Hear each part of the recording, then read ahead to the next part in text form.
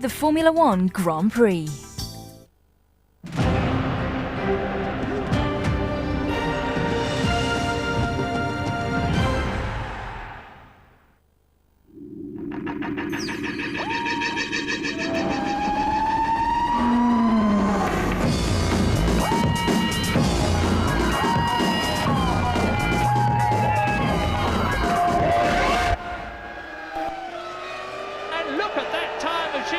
Six-tenths of a second faster than Coulthard to the delight of the Pro Ferrari crowd.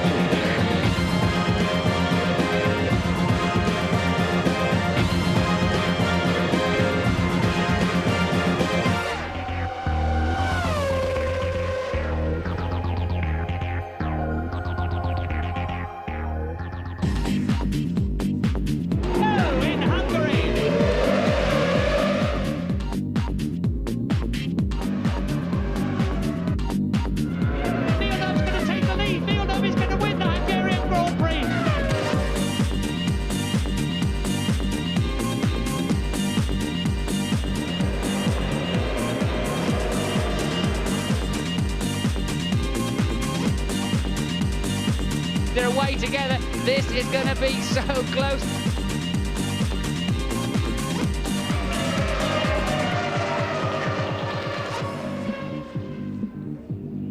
It's advantage Schumacher and Ferrari after qualifying. Now we wonder if the World Championship leader will come good again at the Hungarian Grand Prix. Hello there, welcome to the ITV studio. We have a fantastic view here overlooking the start and that charge to the first corner that is going to be absolutely crucial this afternoon. Roasting hot again here in this vast natural bowl, 15 miles or so from the Danube running through the centre of Budapest. Current temperature 30 degrees. Now then, Tony, Ferrari, they seem to sort of nicked a march a bit on McLaren in qualifying anyway. How have they managed to do that? Well, they've worked very hard, so have McLaren. What they had is a drivability problem with the engine, which they've worked on. Aerodynamics, they felt they were lagging behind, they've worked on that, and they seem to have made up that difference. What we have to find out is whether Ferrari is going to be able to use its tyres properly. Remember, it degraded its tyres very badly in France, and that's the big question mark today with the heat. You know, these high temperatures affecting the tyres. And when we're watching Schumacher relaxing around this place, especially in qualifying, saving tyres, he looks strong and he looks very, very confident. Behind the mask, who knows? Tyre degradation a big problem around here, though. Yeah, it is. I mean, Ron Dennis in particular has been talking about it. I spoke to the Jaguar team on the way over just before. Bridgestone said it's not quite so bad this year. They said, well, look, it still is.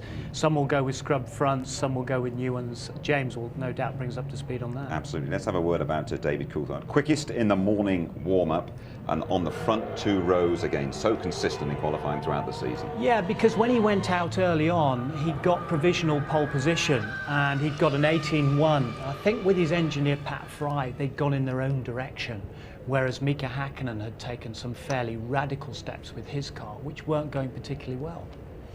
Michael Schumacher, though, different class in qualifying. He would have been even quicker if, what was it, Frentzen hadn't got in his way on the way round. I mean, he is, you know, the best racing driver in the world. He's absolutely fabulous to watch, so exciting at every point. Now, Frentzen did get out of his way there, but what you notice, the undulations, the bumps in the circuit, and how nervous his car appears. Well, that is exacerbated by these undulations in the track. Just look at him changing lot there as he comes along and blasts his way into the provisional pole position at that time and made everyone else look a little bit silly, it has to be said, but he needs to do it here. He needs to win here because we've got Spa coming up. After that, we've got Monza, high-speed tracks where McLaren are going to be really, really good. Irvine said, look, he has to do it, otherwise the championship will melt away. That's Irv's view. Okay, and Hakkinen and Coulthard just a couple of points behind Schumacher now, but the reigning world champion Hakkinen doesn't seem that happy with the way things are going here. Well, I go back to France before the Saturday night at France. He couldn't get the car right. He couldn't get the balance the way he wanted it. This was the same here, and they tried these radical setups. He went out early and got this one set up, tried it out, went back a bit later and got his way to third place. And considering last year, it was quite a contrast. Now, then David went back out, had another go, and he maintained then the second place, although he got slightly quicker. I think he got a tenth or so more, shaved off that particular time. But again, he's coming back from an accident in Valencia, quite a high-speed accident, and again, the steely resolve you're seeing in the guy. He's up there, front row, and the two fittest guys in motor racing at the moment on the front row of the grid. Tony, we have to give a big qualifying tick to Williams, Ralf Schumacher and young Jenson Button. It's very, very impressive, BMW and Williams, the way they're so competitive this season. Looks a bit like an old sort of First World War biplane sprouting wings on the top of the airbox and goodness knows what, but very effective. That car has been quite cumbersome, quite heavy on slow bends and on slow circuits. They've got a revamped qualifying engine they used in the BMW, and they've also got revised aerodynamics, which Jenson was able to use, and I was very impressed with Button. He was just 3/10 behind Ralph. He's never been here before. I mean, superb. So there we are then, Tony. Michael Schumacher on pole for the 4th time in Hungary. That equals Senna's record here. Take us through the grid. Well, what's Schumacher do? Is he going to go for it? Is he going to hang back a little bit? He's worried about the starts. Clearly, he's been practicing his starts. Coulthard needs to make the best start he's ever made. He's on the dirty side. He's been sweeping the track this morning during warm-up. And we've talked about the Williams BMWs. Barrichello said the track just doesn't suit him. Frentzen says a big test of man and machine today. Fisichella was blocked by Schumacher, complained about that. Button, very, very impressive. Salo in the top 10. Irvine here, big weight of pressure on him. Jack Nasser, the big boss of Ford, is here watching. Wirtz is recovering from his cut leg. He had an accident in Valencia as well. Truly very bad balance on the car. Now, Deniz and Alesi had that big smash together at Hockenheim. There they are, side by side. I hope there's no fireworks from those two. Della Rosa has also said that their car is not suited here at all. Now look at the BAR Hondas though. No grip, no traction. They've been simulating that back at Brackley last night. Have they got a solution? We'll find out. Verstappen says just very, very, very bad with the car. And then at the back, the two Minardis. 12th race of the season. We're almost starting again. It is that close. We have 4 championship contenders now. Michael Schumacher, an uneasy favourite, a couple of points ahead of the McLaren hunters, Coulthard and Hakkinen, supported here by around about 25,000 Finns. Then Barrichello, brilliant winner in Germany, and we'll hear from Rubinho shortly. Fisichella, he has signed for another year at Benetton. Ralf Schumacher putting the Williams on the 2nd row. In the constructors, Ferrari and McLaren are going at it toe-to-toe. 76 points behind come Williams, and they're followed by Benetton, British American Racing and Jordan. That is a massive and disconcerting gap between the big two and the rest. More on that topic now from James Allen. Ferrari and McLaren have 200 points between them this year, while the next place team Williams has just 22 points. All the races this year have been won by drivers from the top 2 teams. So why is the gap so big, and what chance have the others of closing it up? McLaren has been the benchmark team since 1998, when Adrian Newey arrived from Williams. His first design for McLaren was a revolution, and the others are still trying to catch up. At the first race that season, it was 1.7 seconds a lap faster than the next car. So what is the magic ingredient the other teams need to close the gap? I arrived at a time when there was a major regulation change, which I generally enjoy. It allows you to do things that perhaps you couldn't do, or allows new avenues to explore. What happens is, with a new set of regulations, the best resourced teams tend to read it better. They have more research facilities, and so expect to see a big gap to start with, and that slowly close up as in effect other people copy. Ferrari have been there or thereabouts since 1997, and this year's car is right on McLaren's pace. Even though the chasing teams have closed up a little in terms of average lap time, the gulf between them and the top 2 remains basically a second a lap. Ralf Schumacher's grid slot today is only the 5th time another team has broken into the front 2 rows this season. Williams didn't expect to be this close to the front runners in BMW's first season, and once the engine's developed, they'll be hoping to find that extra second a lap. I think, yeah, let's go for a good lap, and you've got a McLaren or a Ferrari in front. It can feel a bit strange sometimes when they're pulling away and you know you've done a good lap, the limit of the car, and they're still pulling away. But again, I think with all the engine manufacturers coming back into Formula One, including BMW and also Toyota, and Renault coming back in, I think it's great for the sport, and I think it really is going to close the gap up next year. Last year Jordan were best of the rest, but they've not picked up where they left off. At this stage last season the team had 42 points, today they have just 11. I think the Jordan team has got the potential, especially from next season. We will get the new Honda official engine, so many things will change. And we are sure that we will do a step forward, and for sure we will close this gap. We don't know at the moment how much. Jaguar have fallen back from the benchmark pace of McLaren. Last year as Stewart, they regularly qualified in the top 6, but although Jaguar have one of the best engines in the field, the back end of the car is giving real handling problems. We will do it. You know, how long it's going to take us, I don't know, but we will do it. Over the long term, I think we have more chance than anyone. I think the Jaguar name is going to really help us attract the right people. So who else might make the leap to McLaren and Ferrari's level? Will it be Benetton with Renault power, or will Honda push BAR to the front? One thing's for sure, the top 2 teams will keep moving forwards as well.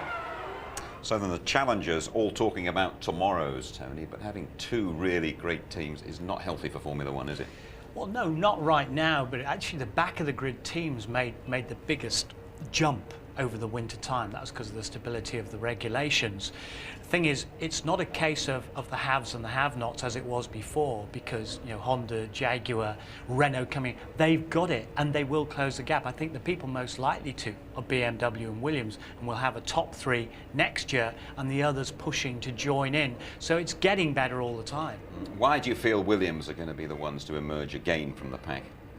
Well, the strength and depth of their experience, because they're real racers, because BMW, I think, have been very impressive in their first year back. See here, they've got reliability in the engine now, and Dr. Mario Tyson, their engine boss, has now said we're going to concentrate on speed. So you watch them, they're going to be pretty impressive in these last 6 races. But the big 2, they're not going to sit back and do nothing, are they? No, of course, but the regulations aren't changing as such. There's only that window of the parameters, and once the others start closing up, they've got the budget. They should then close the gap.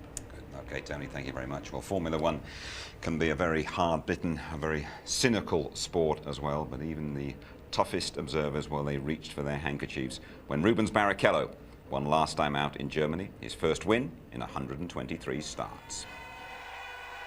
In a way, I have to enjoy this moment as much as I can, and I'm sure all the wins will come, but it won't be as nice as the first one.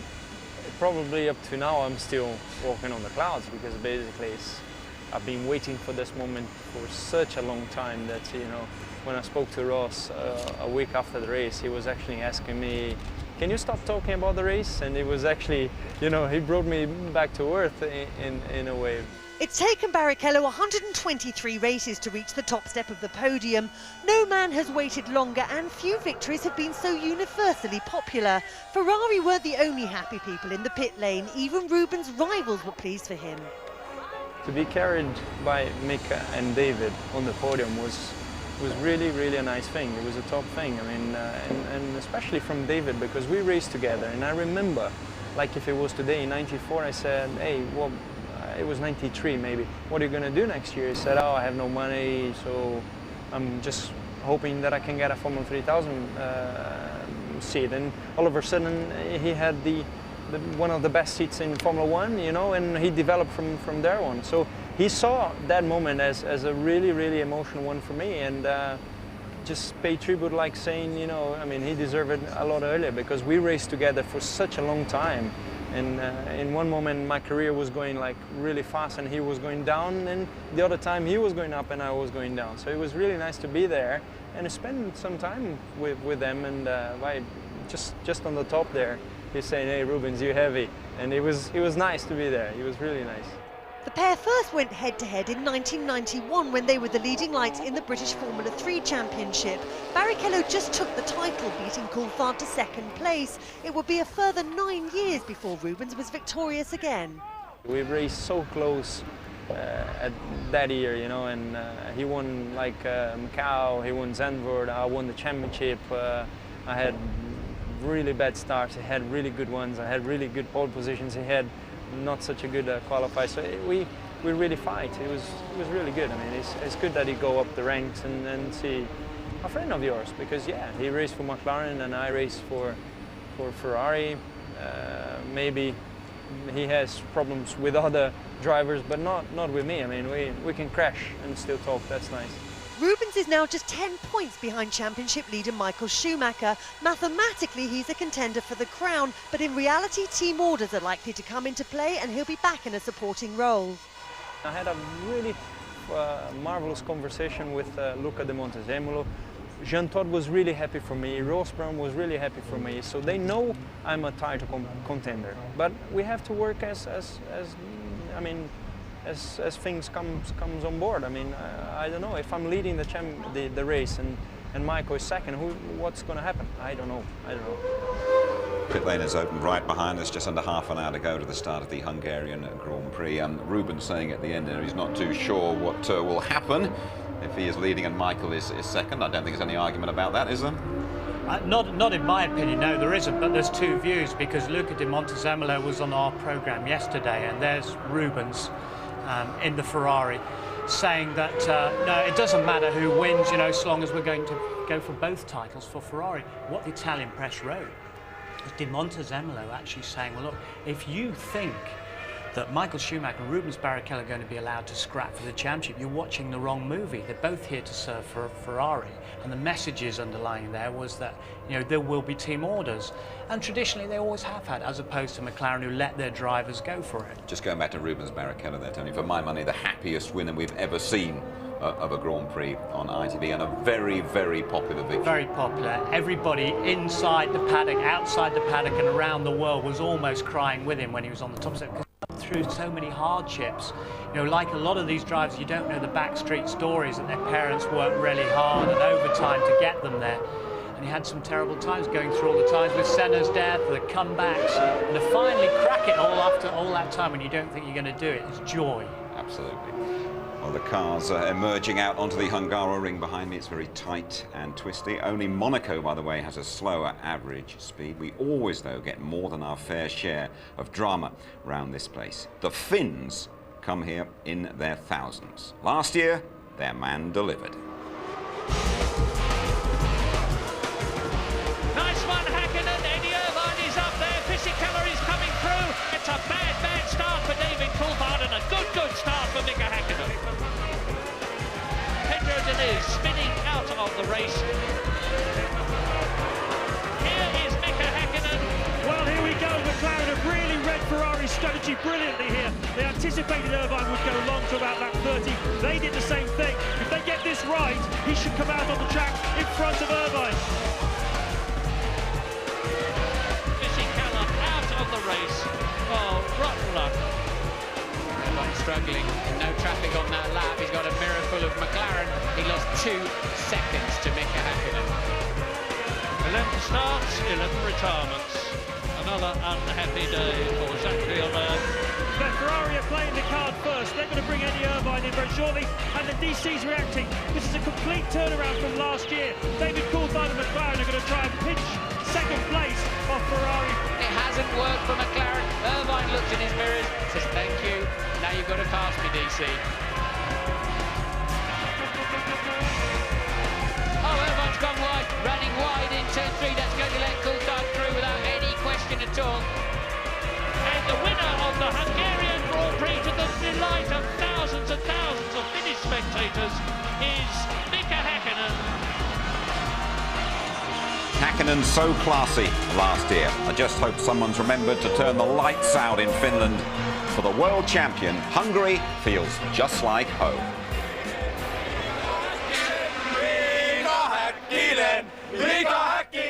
Well, Hungary and Finnish people, they think about the lights the same. The language is the same, and they think about we are like a cousins together. They say that we have a same language, but we don't understand what they are talking about. Understand each other. Mika Häkkinen! Mika Häkkinen! Mika Häkkinen! I think Finnish people are very proud of him, what he's doing and everything for our country. He's cool. He's Iceman. He don't lost his nerves. Here is white. I like this. He's always driving with his brains. Not like Michael Schumacher.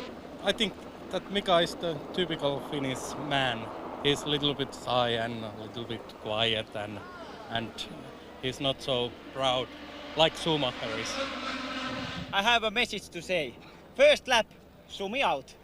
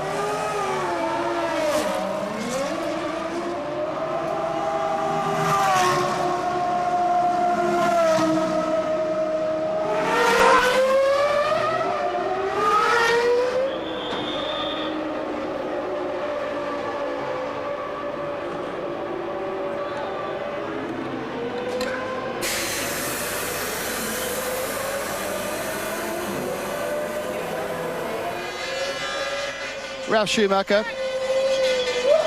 just avoiding a car. Ralf Schumacher, best qualifying of the season so far, a good chance. What's the main challenge of this race? Well, I mean, I think we have a good chance to score points anyway, and if not, to come on the podium. I mean, we are on the dirty side. That's a bit of a shame to start, but we'll see how the race goes on. Now, during the warm-up, you were trying very hard, as was Jensen, to clean up this side of the track. Will that have much effect? Well, I hope so. We'll see. We'll find out at the start. Thanks a lot, Ralf.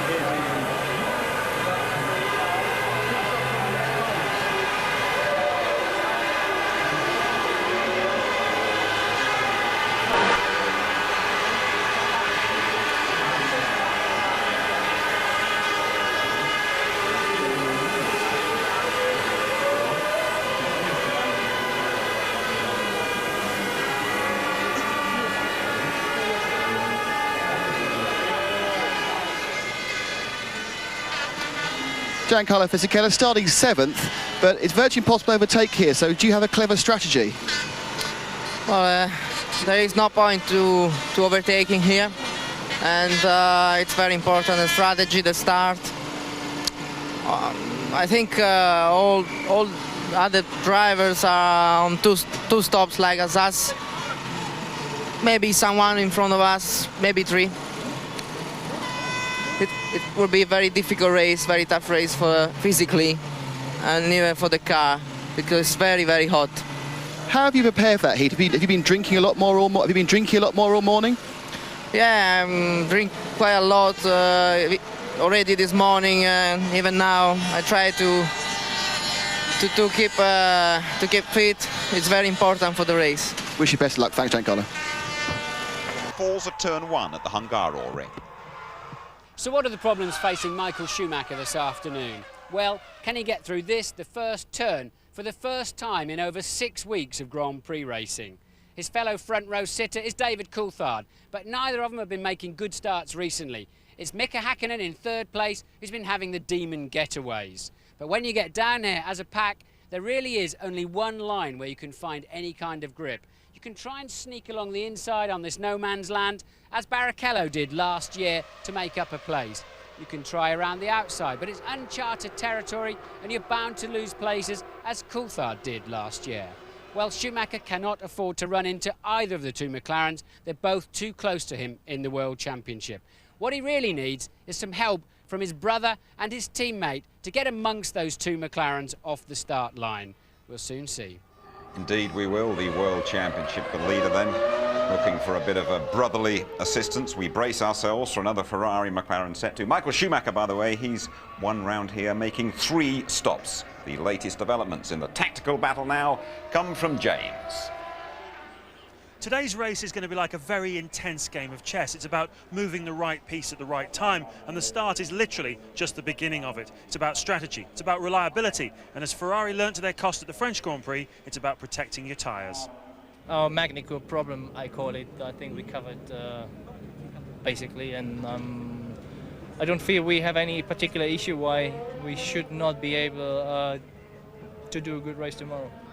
I have to have a really good start, because if I'm behind Ralph or something, I could lose, you know, just the momentum. So to be honest with you, straight to the point. I have to go forward and keep a really good pace. You have to look after the rear tires. That's something. It would have been better to be pole, of course, because it gives you a good clean run down the first corner. But as I didn't make use of that in Hockenheim, maybe I can do a better job here. Michael obviously has a difficulties now to do the start and the first corner, because what has happened in the last couple of Grand Prix. David always has been a very aggressive and fast driver, so I don't know. I'm probably best person to look at it. One of our guys should make a good start, and hopefully, whether it's David or Mika, the run up to the first corner will allow them to take the lead. Now, you know, Michael could choose to run light to eliminate that possibility and then dominate the pace of the race from the front. But we're pretty much prepared for any strategy. It certainly is a race of many stops.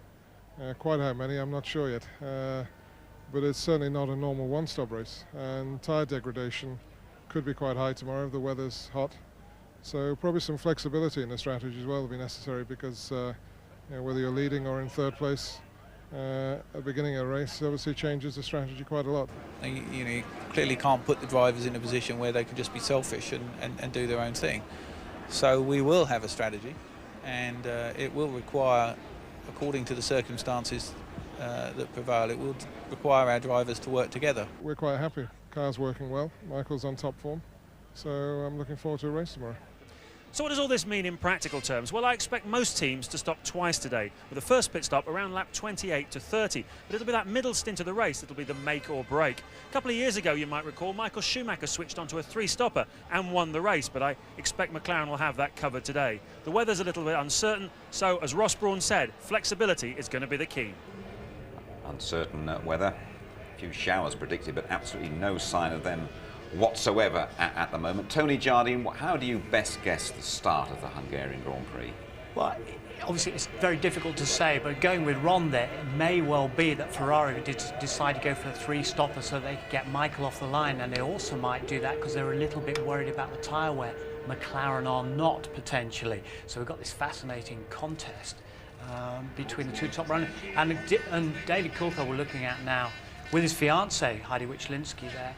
He's got to make the best start he's ever done, because he's on the dirty side of the track, and have a go down the inside on that dirty bit. See if he can concentrate and outpace Schumacher, because Schumacher's going to be back of his mind. He's made such awful starts recently.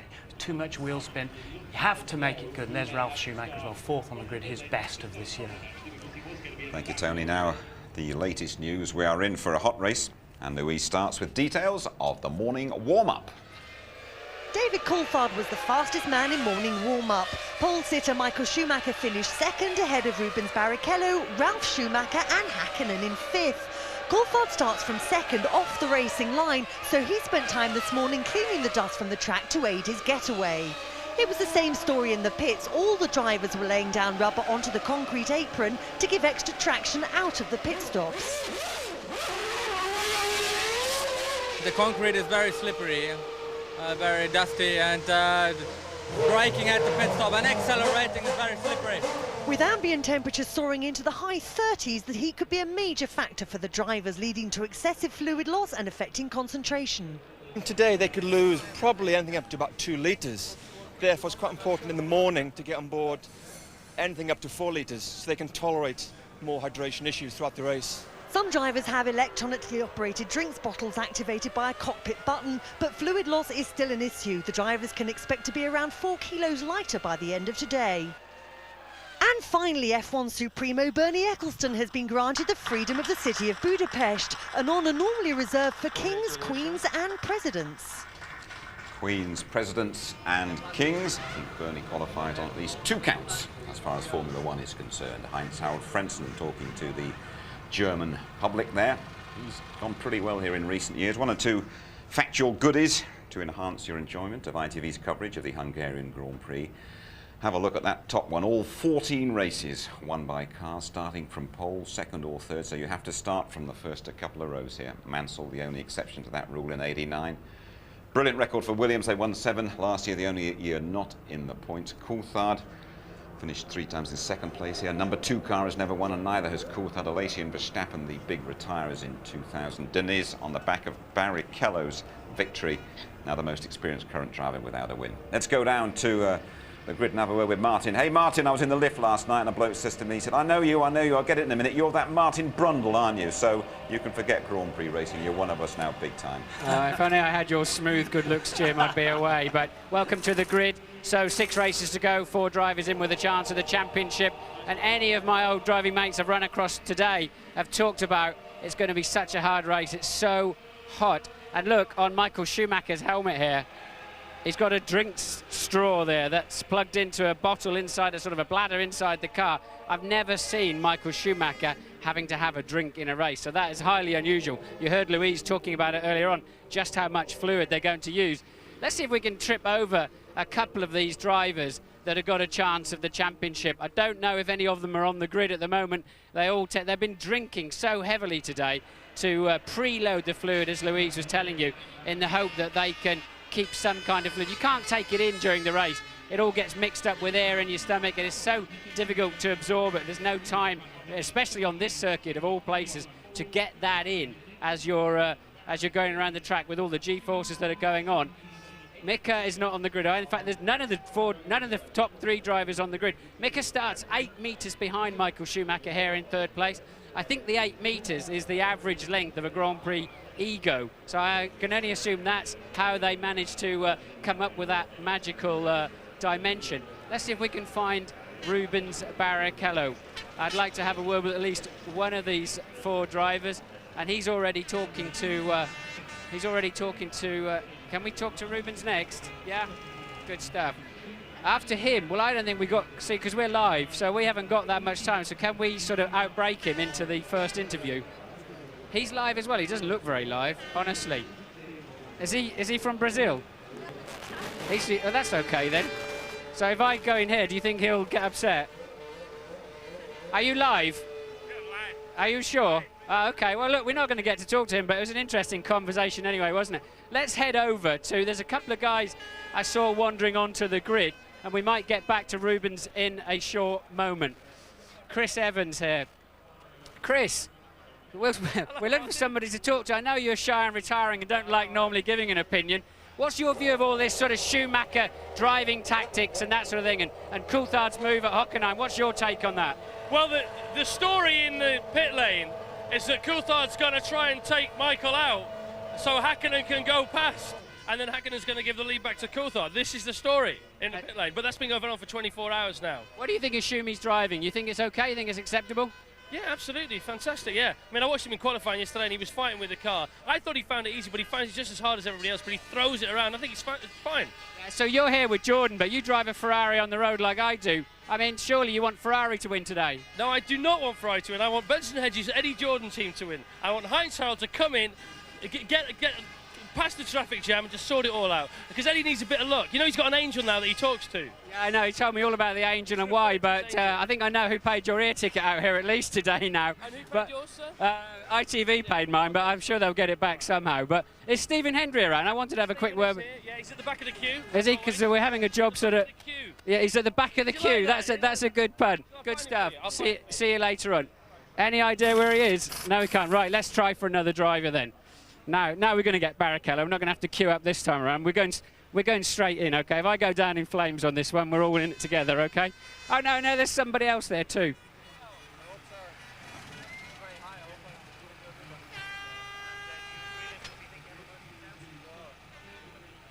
Rubens. So finally we wanted to talk to some of the guys in with a chance of the championship.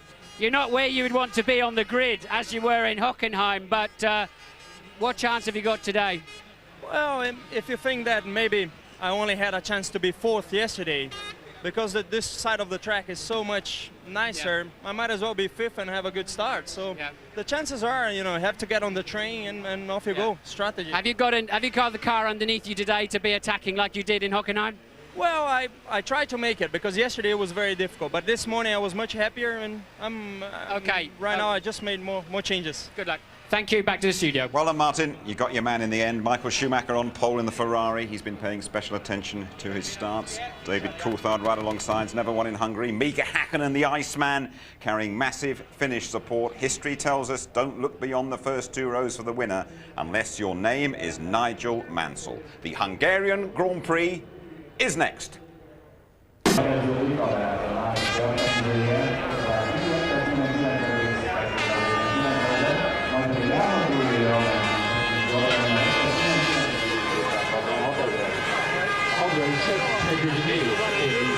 Patronus number 16 with a time of 1 minute 19.451. And Sean Lacey, number 14 with a time of '"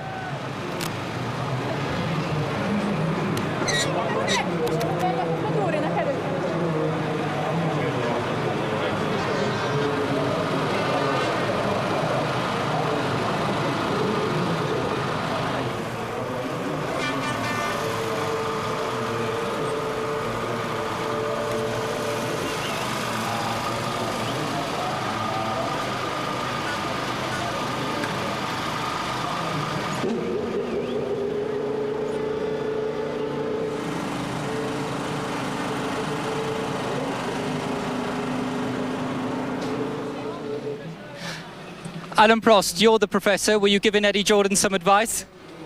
No, we're talking about Formula One in general and the future of Formula One.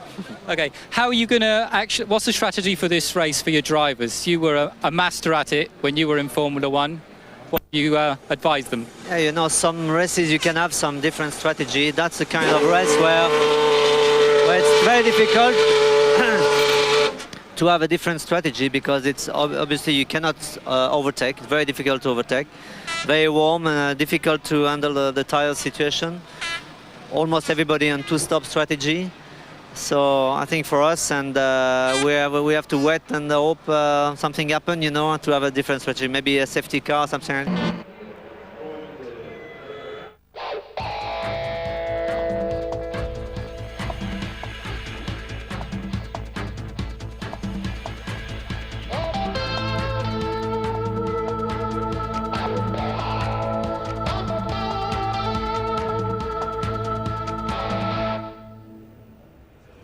It is 32 degrees, 44 and rising on the track. ITV Sport welcomes you back to Budapest for the Hungarian Grand Prix. Will Michael Schumacher lose his championship lead for the first time all season? What will happen in that downhill charge to the first corner? We're about to find out with Martin Brundle and Murray. Murray Walker. Well, who knows, Jim, but Freedom of Budapest for Bernie Ecclestone. There's a laugh. I should think he could buy the place and still have enough left over for Berlin. But this is a very, very tricky circuit. 77 laps, and it's mostly twisting, like the bit that you can see now. 77 laps is going to take at least an hour and 3/4. You've heard what the temperature is. The air temperature, as I talk to you, is 32 degrees. The track temperature has gone up to 44 degrees.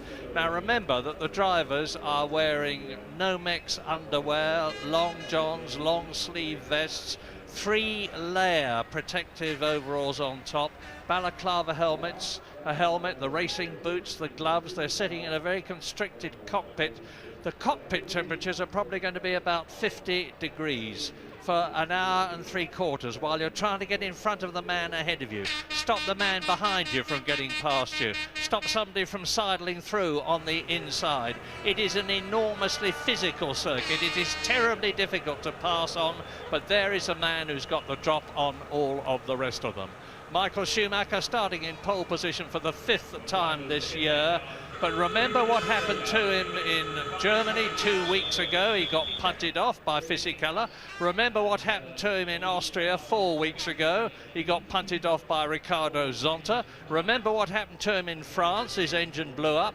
Remember what happened to him at Monaco. His rear suspension got cooked by a cracked exhaust pipe. Totally unpredictable what is going to happen in this race. All that you can say at the present moment is that the 2 fastest men this year in Hungary are up at the front on the grid. Michael Schumacher in that pole position, 0.6 of a second faster than the pole position time last year, which was that of Mika Häkkinen. You can say too that David Coulthard has out-qualified again Mika Häkkinen, who was so much the top man of 1999 in terms of being up at the front of the grid. And what a sensational, and I use the word advisedly, performance from Ralf Schumacher, 4th on the grid in the Williams BMW, admittedly with the advantage of a special qualifying engine, which his teammate Jenson Button did not have, by the way, and he's 8th on the grid. So it is a totally unpredictable event. You've heard a lot from James, Alan and others about strategies. Remember that although they can go through on 1 stop and are more likely to have 2, Michael Schumacher had that sensational victory in 1998 in the Ferrari when he had 3 stops and put on an absolutely fantastic centre stint. What's going to happen, Maestro? Well, 3 stops is the fastest way to go. But of course that then leaves you overtaking at some point in the race, a fast 2-stopper. Last year they stopped between 28 and 30, the main runners, laps 28 and 30. And again then around lap 55, 56, something like that. I'd be surprised if it's any different today. I don't really see that the teams have to change their strategy to fight each other too much today. I think it's a pretty straightforward race. The start is critical, as we've already covered.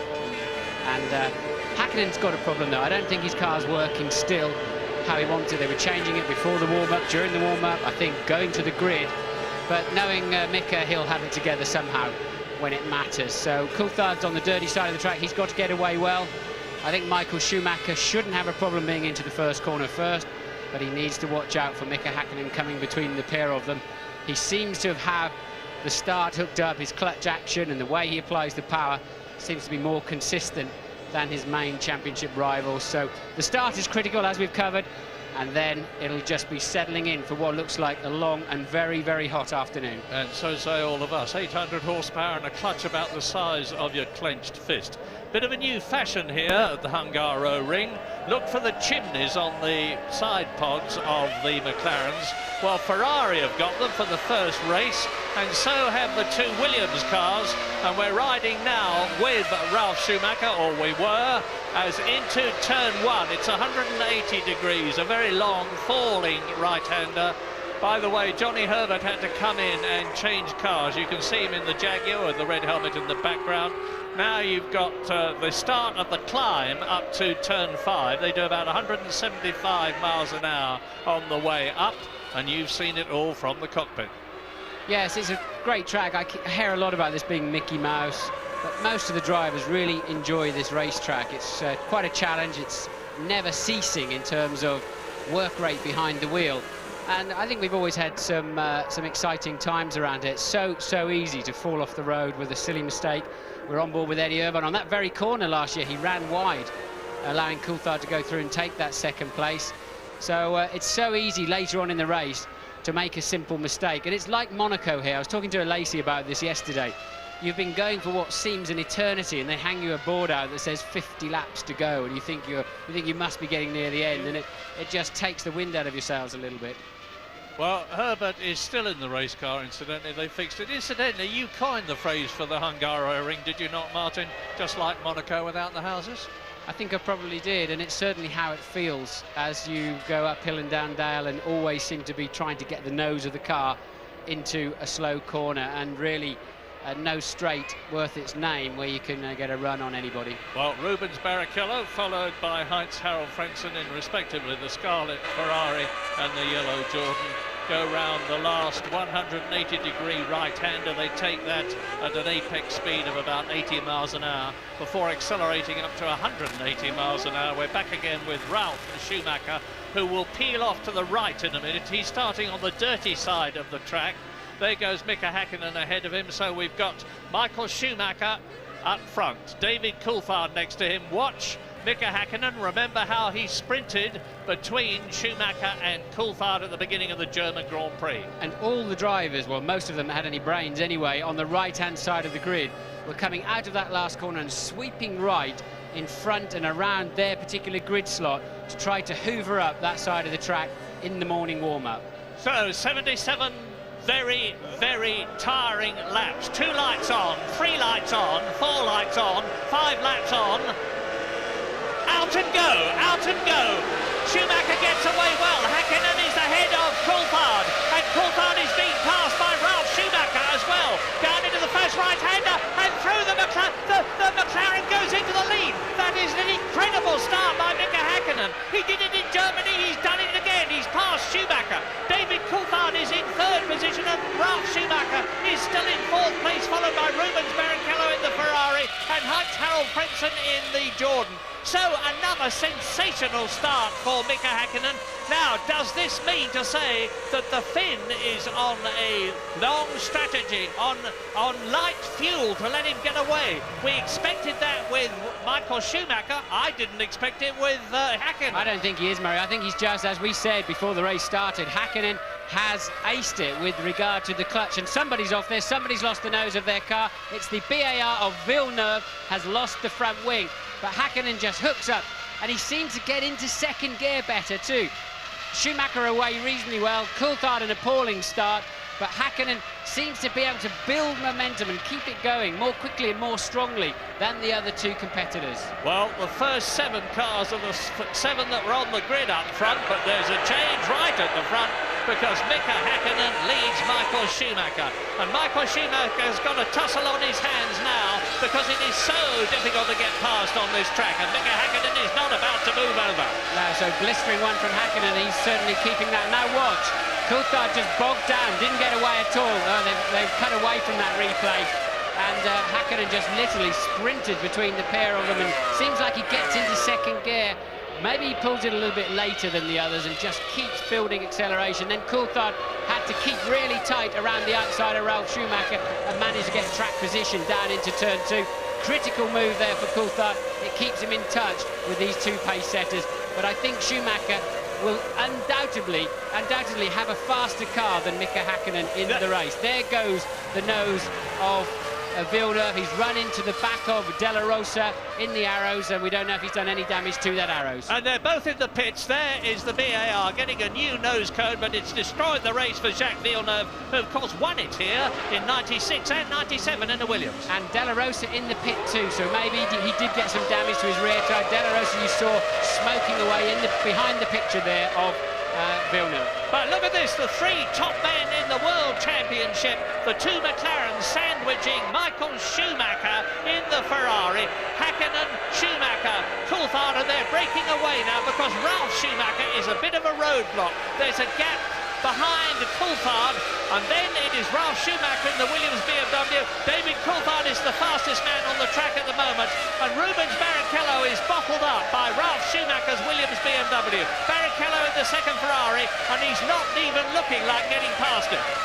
No, Coulthard fastest in the warm-up this morning, Häkkinen off the pace. The two Ferraris really just about matching Coulthard's pace, so it doesn't surprise me to see that Häkkinen cannot make a break for it, Murray. So the question now, and it's very early in the race, of course, we're on lap 3 out of 77 laps, is what about the strategies? When are they going to come in and take on more fuel and new Bridgestone tyres? All I can tell you at the moment is that David Coulthard, he keeps on accelerating and closing up to David Coulthard. He's put up the fastest lap. Here's the replay now. There is Michael Schumacher getting away. Watch Mika Häkkinen behind the Ferrari. David Coulthard almost bogs down. Ralf Schumacher gets his nose ahead, but David Coulthard fights back, and Mika Häkkinen goes through on the inside of turn 1, just as Rubens Barrichello did in the Stewart last year to make up places. That is where Häkkinen was absolutely brilliant right at the start, as he was at Hockenheim. Yes, look at the back of Coulthard and Ralf Schumacher there. They were incredibly close to touching, but managed to get away with it. And now Häkkinen has pulled a slight advantage and does a very, very fast lap, 6/10 faster than Schumacher. Whether Schumacher made a mistake while we were having that replay at the start, I don't know. But Häkkinen and Coulthard very low, 1 minute 22.1 for Häkkinen, 22.7 for Schumacher, 23.2 for David Coulthard. So I don't know what's going on there. Fastest lap last year, David Coulthard, 1 minute 20.7, so he's about 1.5 seconds slower now, but with a pretty heavy fuel load at the beginning of the race. Well, the two McLaren started the race with brand new sticker front tyres, and they seem to have, certainly Häkkinen has brought those in and making them work very well as we head around halfway now around lap 4. So on lap 4, Mika Häkkinen leads Schumacher. Coulthard is third. Ralf Schumacher is still fourth, and he's nearly 4 seconds behind the lead car at the present moment. Rubens Barrichello in the Ferrari is fifth ahead of Heinz-Harald Frentzen, just 0.8 of a second. Seventh is Fisichella, eighth is Jenson Button, ninth is Eddie Irvine, who's gained a place. Wurz is 10th, and James Allen has got news. Murray, the significance of the new tyres on the McLarens is, of course, that they do tend to go off about the 2nd to the 5th laps. We've seen that throughout the weekend, these super soft Bridgestones. Michael Schumacher and Rubens Barrichello both started on tyres which had been bedded in, so Michael has got to attack in these next 2 or 3 laps. He don't have any chance of getting past Mika, because after that, Mika's tyres will start to come back to him. I saw Mika making big changes on the grid to the front end of the car. He was obviously unhappy with it, but seems to be working okay for him at the moment. Well, Eddie Irvine has done well. He's gone ahead of Mika Salo, who started on the grid before him, and the Jaguar is now in 9th position, well in the top 10. Alexander Wurz in the Benetton is in 10th position, and Mika Salo, who has been going so well in the Sauber, as has his teammate Pedro Diniz. They've been going much better here at the Hockenheim ring, at the Ankara ring, than they have done before, and they are now in respectively 11th and 12th places as we watch the race leaders, with Mika Häkkinen increasing his speed all the time. He's now leading Michael Schumacher by 1.2 seconds. You can see the lead stretching all the time. Yes, what's happened is you've seen Michael Schumacher fall away and Coulthard fall away by the same amount. I think those first 2 or 3 laps tucked up in the slipstream of Häkkinen's McLaren has probably done some damage to their tyres. Häkkinen there understeering quite badly, as it happens through 11 and 12, but Häkkinen now clearly has the superior pace through the middle section, the critical slow part of this racetrack with all the little left rights and just 60-70 mile an hour corners, and he's going to extend that lead this lap yet again. Well, interesting, because during the warm-up this morning he was 1.2 seconds off the pace. You're right, Martin, it's now 1.5 seconds between Häkkinen in the lead and Schumacher in second place. And Häkkinen was testing different fuel loads this morning. It certainly seems to have worked, because look at him now. Yes, but he's only, you know, he is pulling the leader. He's 2 to 3 tenths faster than Schumacher and Coulthard. That doesn't suggest he's on a 3-stopper, for example. That's not enough of a time difference. Maybe he could be running a bit lighter, but I'll be surprised if he's on anything other than a 2-stopper. We'll have to wait and see. Yeah, it's so confusing these days. They can bring him in early, bring him in late. For instance, last year, David Coulthard only stopped once, and he came in on lap 58 out of 77. We thought he was never going to come in. 4 out of the top 6 last year stopped twice. 2 out of the top 6, that's Coulthard and Rubens Barrichello, only stopped once. And now Mika Häkkinen 1.5 seconds clear of Michael Schumacher in the Ferrari. There is the visual gap down to David Coulthard. Ralf Schumacher is 3 seconds behind David Coulthard in the Williams BMW. He is still in 4th place. And now we've just got to let this race settle. Let the race come to the drivers. We're on lap 6. We're getting on towards 1/11th distance. There's Häkkinen murdering them in the middle sector of the lap again. A full 6/10 quicker than Coulthard and a 3/10 quicker than Schumacher, just in one section of this racetrack. Ralf Schumacher's holding there 4th place easily from Rubens Barrichello, who says this is not his best circuit. Frentzen 6th, Fisichella 7th. Button there, running well in 8th, Eddie Irvine 9th, and Alexander Wirtz rounding out the top 10 just in front of the 2 Saubers of Salo and Dinitz. Now you're looking at Eddie Irvine's Jaguar, and the good news is that it is slowly getting better. They've had and are going to continue to have a very rough time. We're riding with Irvine now, but Neil Ressler, the new top man at Jaguar, is not too unhappy with the way things are going. They know they've got an enormous amount of work to do. The Cosworth engine is very good, but it's the back end of the car, in particular the handling of the car, that needs to be improved, and there's a lot of work to do on the infrastructure of the team. But Jaguar has put everything into Formula One, and they will get their reward eventually. Yes, they could do with the result today though, Murray. There's every boss of for example, Nasser of Ford, Rietzler of Jaguar, and all of their sponsors, just about every Supremo that's involved with that car you're looking at is here today, and they certainly could do with putting on a show in front of that collection. Look at Jenson Button behind Fisichella. Fisichella, there's the bit there, and there's Jenson Button, and there is Eddie Irvine. Häkkinen 1:20.895. Now he's on some kind of spectacular pace. That's absolutely amazing. Yeah. That's more or less what he did in the warm-up this morning on his best effort. So Häkkinen has either got less fuel, or those changes they've been making all weekend to that car just suddenly hit the sweet spot. Well, if he's got less fuel, and that means to say he's going to have to come in early, he needs to get a... And Irvine takes Button. I think Button ran wide into turn 1, and Irvine taking over that 8th place. I think Jensen got out as Fisichella recovers onto the track too. So maybe there's some fluid or something down there into turn 1, but Jensen Button out into that territory where there's almost no return, but he did manage to keep it on round the outside. Here we go, look, and it's Fisichella spinning off, Button sort of almost being sucked along and followed into Fisichella's track, and Eddie Irvine getting a run on the short straight down into turn 2. So Irvine is where Fisichella was, and the answer is 7th place for the Jaguar of Eddie Irvine. There is Fisichella, you see, on the left, running very wide indeed, nearly losing it, going onto the grass. Jenson Button sees his front full of spinning Benetton, stays on the track. Eddie Irvine dives through on the right, and Mika Häkkinen is now leading by 3.1 seconds on lap 8 out of 77. Yes, it seemed, if there's not oil on the track, it seemed as if Jensen almost got a bit of tunnel vision there and followed Fisichella onto the wide line, but managed to keep it together. So Irvine jumping 2 places then, as you say, up into 7th place. McLaren leads, Ferrari 2nd, McLaren 3rd. Looking good for Woking. Williams BMW is 4th and Ferrari is 5th. Rubens Barrichello is 1.4 seconds behind Ralf Schumacher's Williams BMW, and the Brazilian seemingly cannot do anything about it. He's not right up tight behind the Williams BMW. He needs to be, because he needs to be pressuring Ralf Schumacher, and David Coulthard is now on a really quick lap. He's gone through the first sector of this course, which is 2.5 miles long, faster than anybody else has gone. 1/10 of a second, that's not very much, but if you keep on piling up an increase like that, you can close right on the car in front. And at the present moment, he's 1.5 seconds behind Michael Schumacher. And just look at the way that Mika Häkkinen is forcing that car. Like Imola, you have to really use the curbs here at the Hungaroring, and that may have phased Jenson Button a bit when he first came in, but he's really attacked now. Yes, Häkkinen attacking so much there, he really had to fight the car to get it into the last corner, and that's a very easy corner to spin on. So Mika sensationally attacking the racetrack, trying to build himself an advantage, but struggling there in that last corner. The car generally looks very, very good. Occasionally you see it pick up an awful lot of understeer, which will wear his front tyres more than necessary. And it just shows in Formula One you can never, ever give up.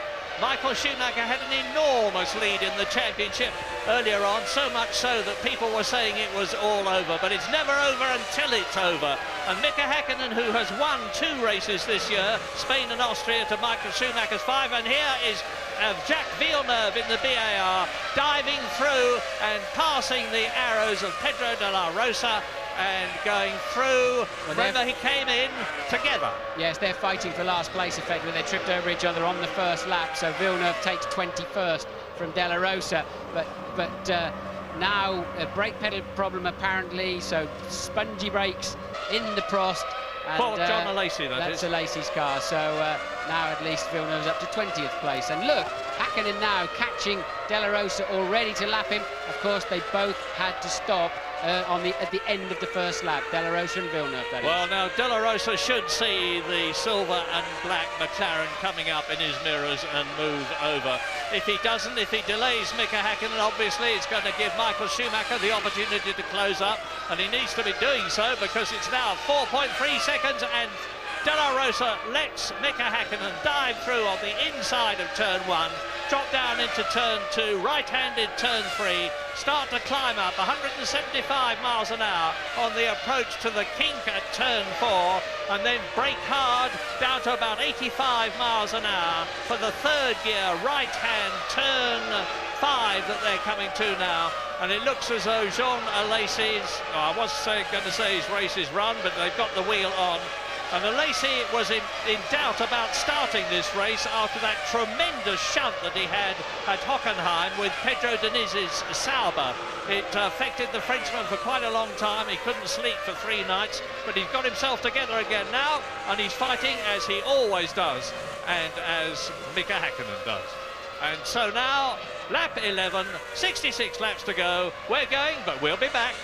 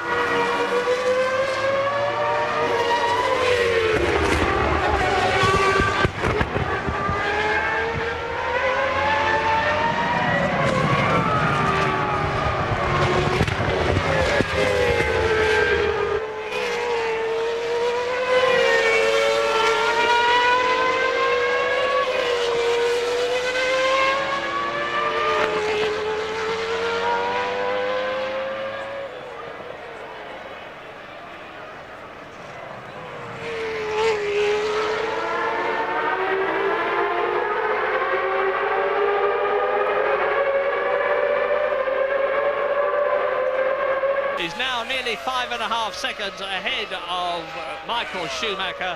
Jean Alesi, the Frenchman in the Prost car, is out of the race, the only retirement we have had so far. And David Coulthard is again forcing and closing on Michael Schumacher. Well, Coulthard's got to pick up the pace. While you're away, he had a bad run through the traffic. He caught De La Rosa in the fast part of the lap and lost well over a second on that lap. So the gap back to from Schumacher to Coulthard, second and third, is now 2.3 seconds. So David's got to get back on and try and close that gap down. So apparently Lacey, the early reports were he had brake problems.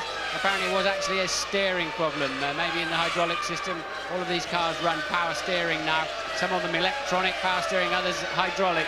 But whatever, Lacey, as you say, Murray, is out of the race. And now, for the first time, both Schumacher and Coulthard are faster than Mika Häkkinen for the first time in this race. And Mika Häkkinen is closing up on Jacques Villeneuve, who's 20th.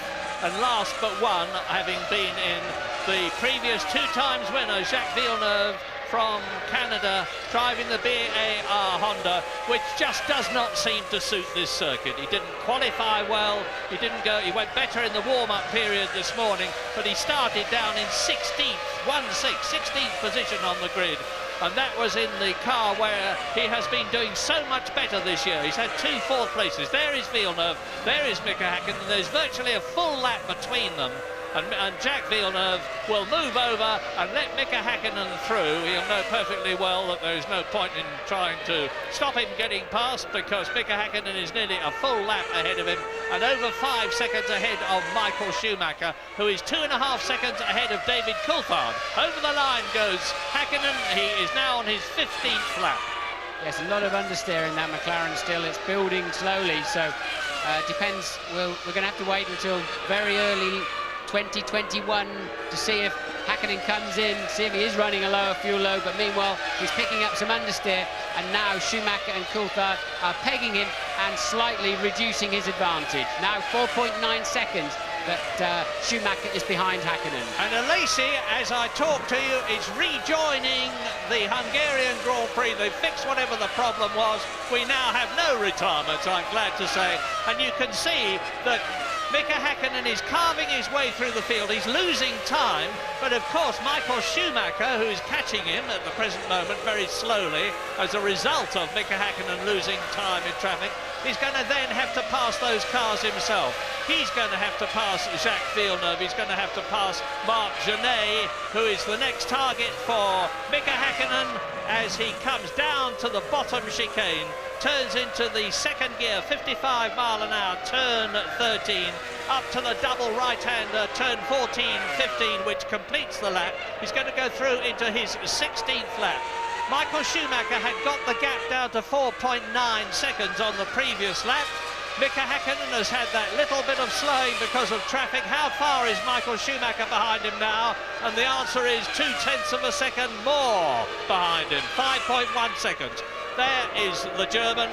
Well, I am at a loss for this, to be quite honest with you. I'm expecting, therefore, Mika Häkkinen to come in earlier. Michael Schumacher also running very wide now in turn 2. A bit too late on the brakes, and Michael just clinging on, tiptoeing around the outside of where there's any grip in turn 2. Just managed to stay out of the grey on the outside, which would have meant a little trip across the grass. So Michael also struggling for grip now, and Mika has just done a stunning first section time, 25.5. Now remember from yesterday, Murray, that was the hot ticket for pole position for Michael Schumacher, the section time that Häkkinen's just done on the first part of the lap you're now watching.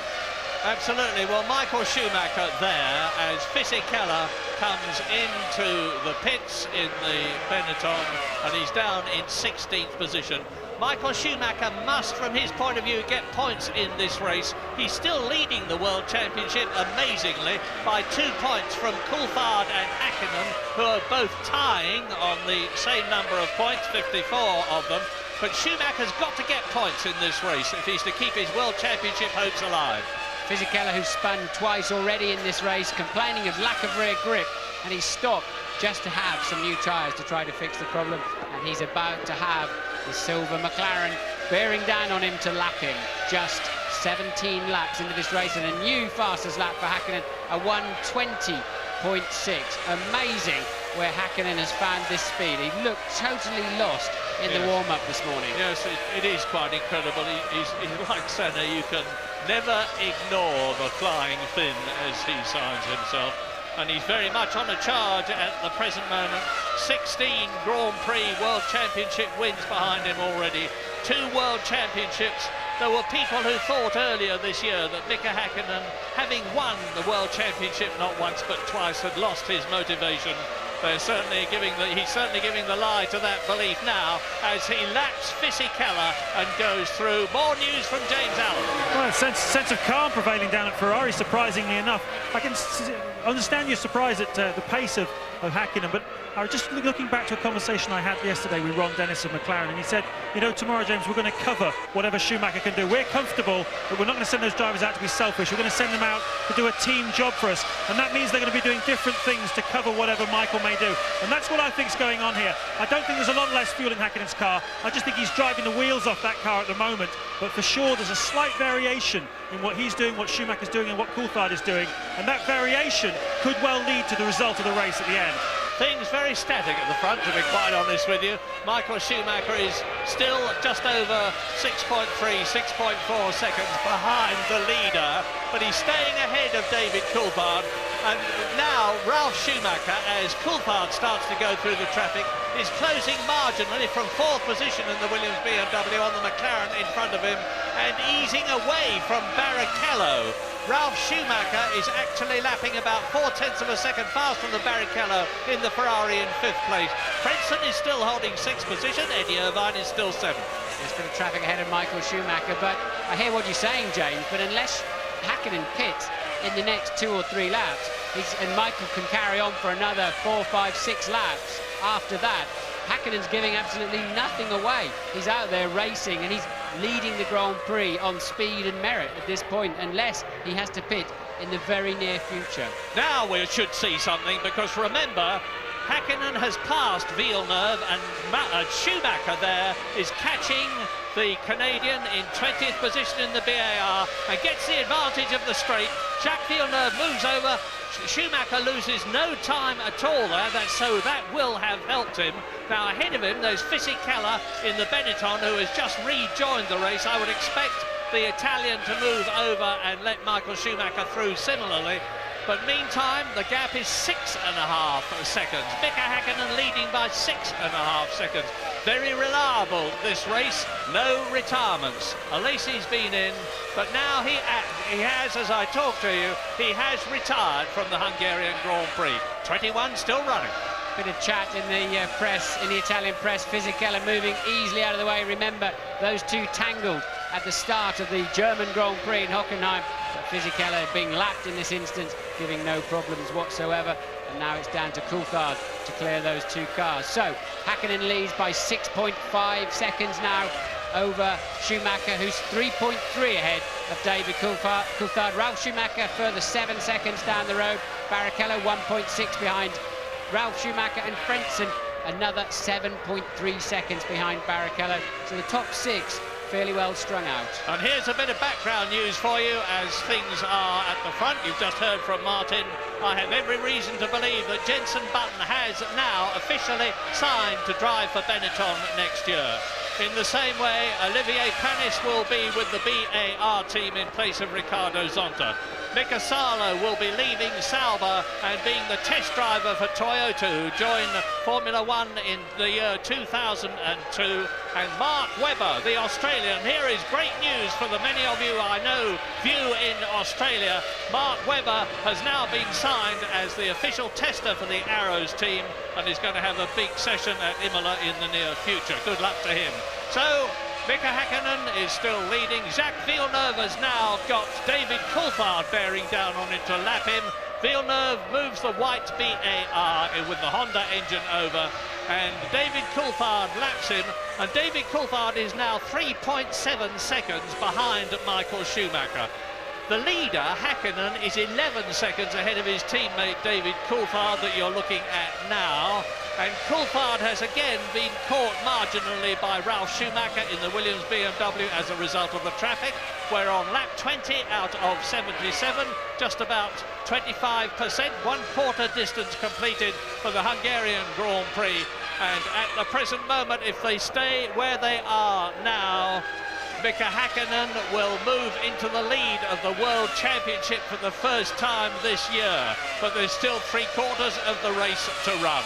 And of course, McLaren similarly are in a very strong position in the Constructors' Championship at the present moment. They're only 4 points behind Ferrari when this race began, and at the present moment they're on 14 World Championship points in comparison with 6 for Ferrari with Schumacher and 2 for Barrichello, so that's 8 points, 6 points gained by McLaren.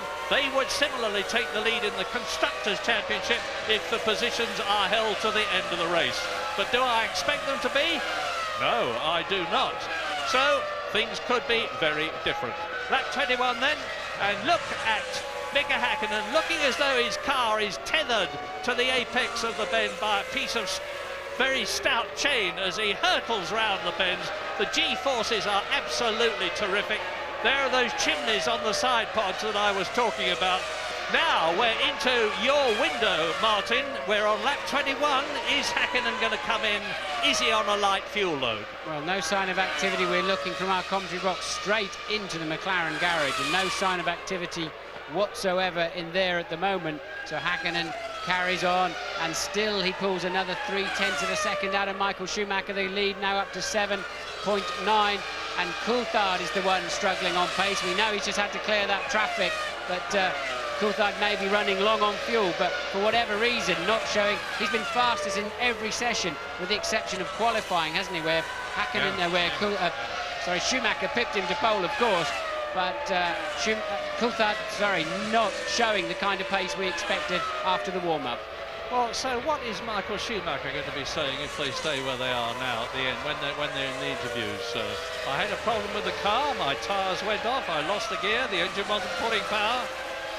There's 56 laps to go yet, Murray. I think it's going to unfold, and we'll have the answers nearer the end of the race. But Häkkinen's car looks good, and he's certainly got an astonishing pace, lapping regularly in the 1:20s. The only driver who can get anywhere near that. And he is up to Marc Genet, the Spanish driver in the Minardi, who moves over and lets Häkkinen lap him. Genet is in 17th position, and Mika Häkkinen now sets his sights on the arrows of Jos Verstappen, the lead arrows, because Pedro de la Rosa is in 21st position, Jos Verstappen is in 16th place, and we're riding now with Eddie Irvine in 7th position, and just 1.3 seconds ahead of Irvine, you can see the yellow Jordan Honda of Heinz-Harald Frentzen. Now, Frentzen was 4th in last year's race. Jordans have not shown the promise, frankly, in the year 2000 that we expected them to do. They were 3rd in the Constructors' Championship last year. They're only 6th in the Constructors' Championship this year. They've only scored 11 World Championship points, and Eddie Irvine is more than holding Frentzen. This is a good effort here from Eddie Irvine, no doubt about it, to be pacing along there behind Frentzen. Let's take a quick break. We'll be back for the pit stops.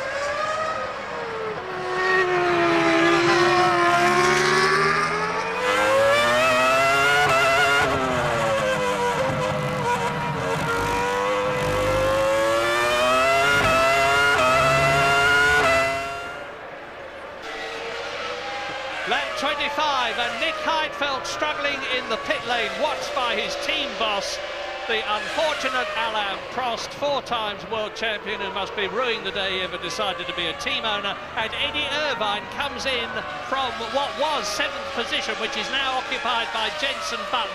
Irvine in the Jaguar, but there are no wheels being, and out he goes. So Button is now up into 7th position, ahead of Eddie Irvine. 9th is Wurz, 10th is Mika Salo, and the other Mika Häkkinen that you are looking at now, coming through to complete his 25th lap, staying out much longer than we thought he would if he had been on a light fuel load, which he presumably is not. Is now just under 7 seconds ahead of Michael Schumacher, having made the fastest lap of the race, which is faster by 0.4 of a second than David Coulthard's fastest lap last year. That's absolutely incredible, a 1:20.268. That's 3/4 of a second quicker than Schumacher or Coulthard could turn, and he still hasn't come into the pits, confirming he is not on a light fuel load. So Häkkinen has just hooked that car up beautifully. James, what can you tell us? Well, I can tell you that Ross Brawn, the technical director at Ferrari, and Luca Baldisseri, Schumacher's race engineer, have been in very, very deep discussions for the last couple of laps. Ross is constantly talking to Michael on the radio as well, asking him what's the problem, and also thinking, what can we do to get ourselves out of this? I agree with you, Martin. I think Häkkinen is really, really on it today, and I think that's what's making the difference. Ferrari could try to put a light fuel load in Schumacher's car when he comes in 2 or 3 laps' time, but I can't really see what difference it's going to make. He just doesn't seem to have the car set up. If it was a tyre problem Schumacher had, he would probably have been in by now as well. It just looks like Häkkinen's got it at the moment. Yes, if they try and put a light fuel load in, they can maybe save 2 seconds on the pit stops and another 2 with a fantastic in and out lap from Schumacher or something, but that will still leave Häkkinen, who's 7.6 seconds down the road, clearly in the lead. So it's all laying in McLaren and particularly Mika Häkkinen's hands at the moment. They are controlling this motor race. Johnny Herbert, 13th in the Jaguar. He's being caught and about to be lapped by Mika Häkkinen. Here is the second place man, Michael Schumacher, dropping back. It's 9 seconds now.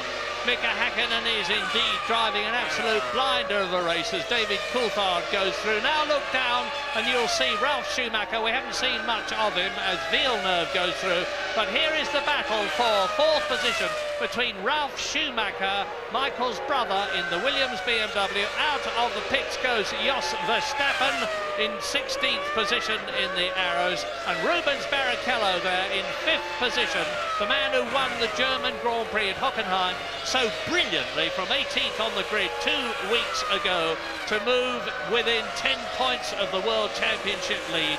Cannot do anything about Ralf Schumacher. Ferrari mechanics in the pit lane, and will McLaren respond to that? There you see it for yourself.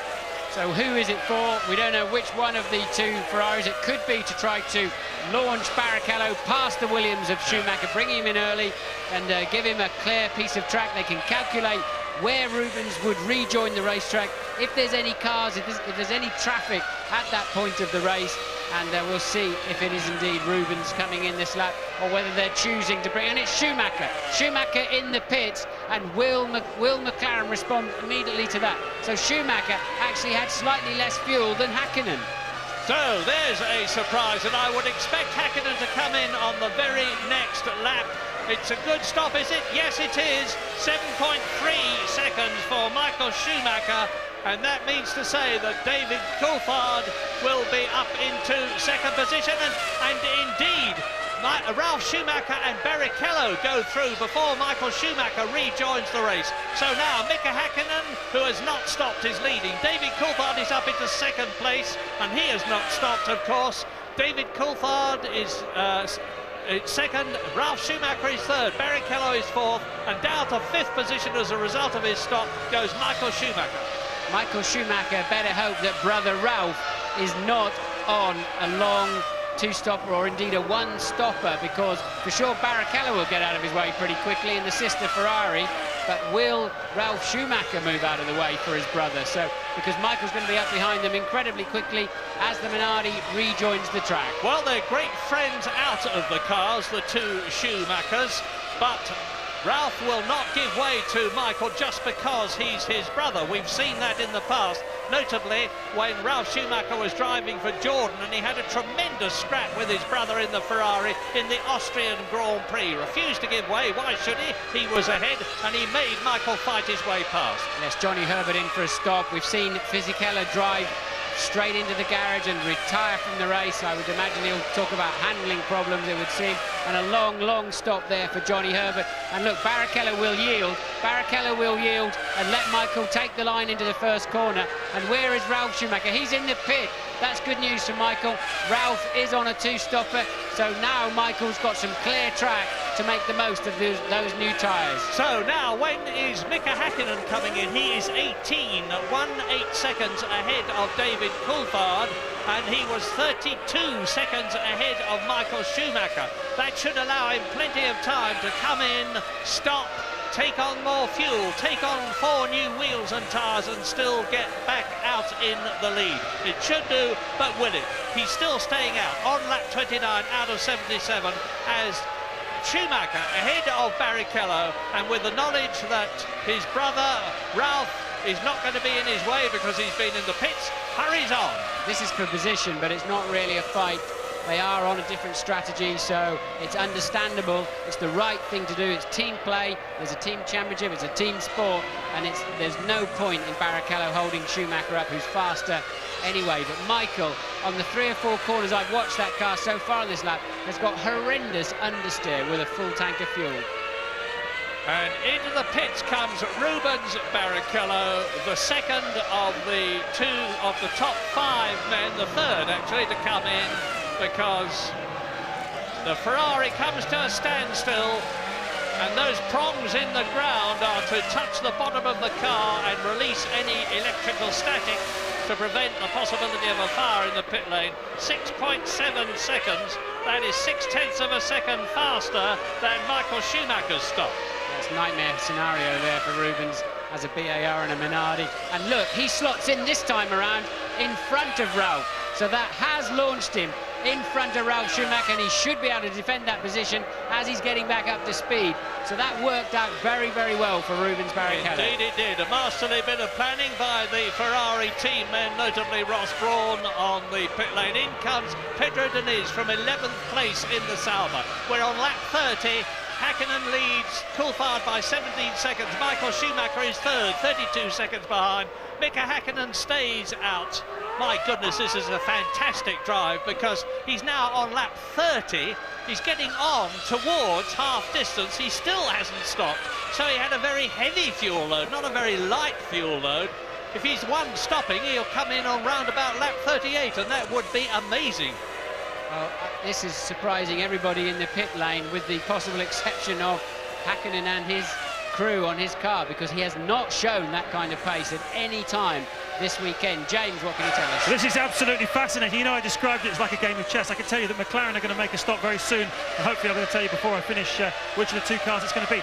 Look at this as a scenario, guys. Schumacher comes in on lap 27, stationary for 7.3 seconds. Now, normally that's 41 kilos of fuel have gone in.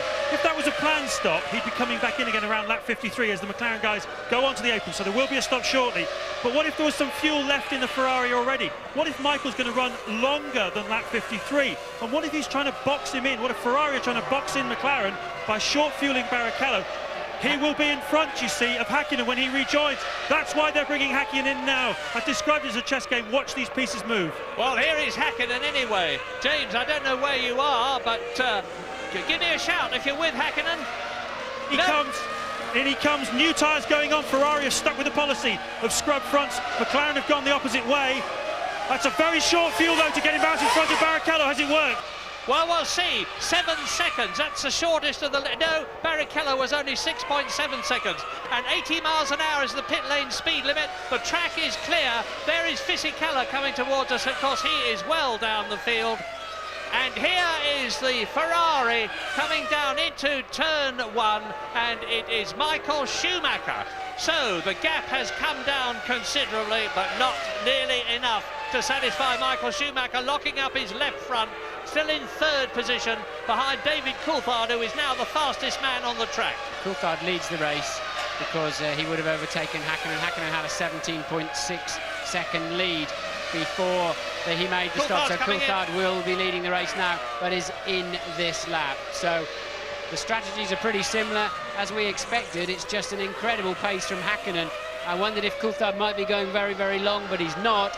And, well, I think Coulthard clan plus certainly Ferrari are going to be absolutely amazed by the pace that Häkkinen has been able to run and still not pit until the end of lap 30. Yes, and at the end of the previous lap, as David Coulthard turns into the pit lane, there was only 16 seconds between him and Michael Schumacher. So Mika Häkkinen is back in the lead, no doubt about that. Onto the pit lane speed limiter comes David Coulthard, up to a standstill. Under him go the jacks, up goes the car, off come the wheels, in goes the fuel filler, and the time stop for David Coulthard, 6.9 seconds, an excellent stop. Yeah, we've seen 4 brilliant pit stops there by Ferrari and McLaren, and it's going to really end up status quo, pretty much where it all started as the first pit stop was made by the front runners of Michael Schumacher. So the only man, yes, Button has also stopped now. So everybody down to Alexander Wurz in 8th place has made their first stop. So what are the positions? Lap 33 out of 77 as you watch Rubens Barrichello. David Coulthard has been in, so Mika Häkkinen is back in the lead, and Rubens Barrichello has got it all to do in the Ferrari. He is ahead of the BAR there on the track. And there is Mika Häkkinen.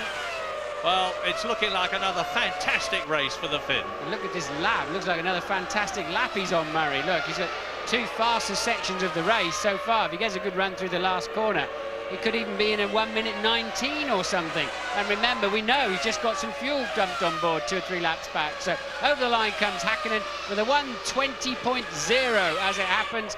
That is absolutely amazing. 7/10 of a second faster than Coulthard's fastest lap last year. The fastest lap ever, incidentally. Nigel Mansell, 1992, in the 3.5 litre Williams with the all singing and all dancing specification. That was 1:18.3, and Häkkinen's only 1.7 seconds slower than that. He's leading the race. Michael Schumacher, that you're looking at, as you see, is in 2nd place. David Coulthard, as a result of that pit stop, is down into 3rd position. Frentzen is up into 4th place. He's stopped. He's ahead, 5th position. Rubens Barrichello is in 4th position. And now Ralf Schumacher is in 5th place. Frentzen 6th. Jenson Button, only 1 place off the World Championship points, is in 7th place ahead of Wurz. Irvine is still 9th in the Jaguar, and Jarno Trulli is 10th. Yes, the loser in the pit stops was Eddie Irvine. He is in 8th now. Wurz has finally had to make that first stop, so Irvine now slipping back behind Jenson Button after the pit stops. Button just 2.7 seconds behind Frentzen in 6th place. Yeah, another terrific race by Jenson Button. He was in fourth position at the Hockenheim Ring in Germany 2 weeks ago, and again he is at the Hungaro Ring for the first time. I say again, virtually every circuit that Jenson has been to this year is a first timer. It is a first timer for Formula One, of course, because it's his first season in Grand Prix racing. But this Hungaro Ring is not the easiest circuit in the world to learn. There is David Coulthard, 3.6 seconds now behind Michael Schumacher in 2nd place. And there is the German. Yes, no traffic to come into play on that last lap, and Coulthard took 1.2 seconds out of Michael Schumacher. I don't think Schumacher's car looks at all happy on the 2nd set of tyres. We're going to take a short break. Be back.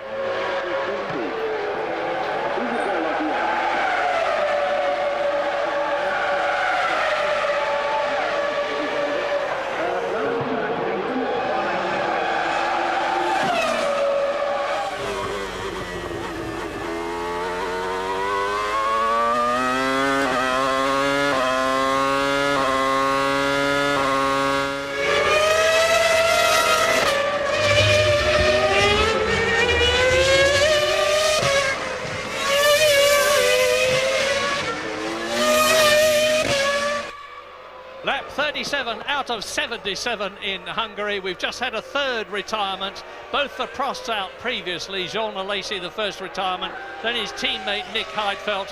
Now Giancarlo Fisichella in the Benetton, who's had all sorts of problems, has been in once, gone out again, has just come out and has retired from the race. There are 19 of the 22 starters still left in the event. We're on lap 37 and Mika Häkkinen is continuing to drive an absolute storm of a Grand Prix. 14 seconds ahead of Schumacher, and you can see how close David Coulthard is to the Ferrari, because there he is. In terms of time, it's about 2.5 seconds. Yeah, Coulthard now consistently faster than Schumacher the last 4 laps. And the man on a charge is Rubens Barrichello now, having cleared Ralf Schumacher's Williams in the pit stops.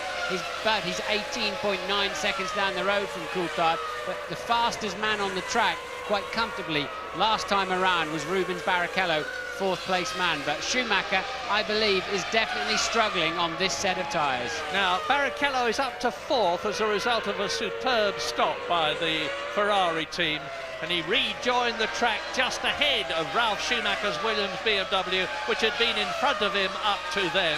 So Barrichello up to 4th, Ralf Schumacher down to 5th. In 6th position, it's Frentzen.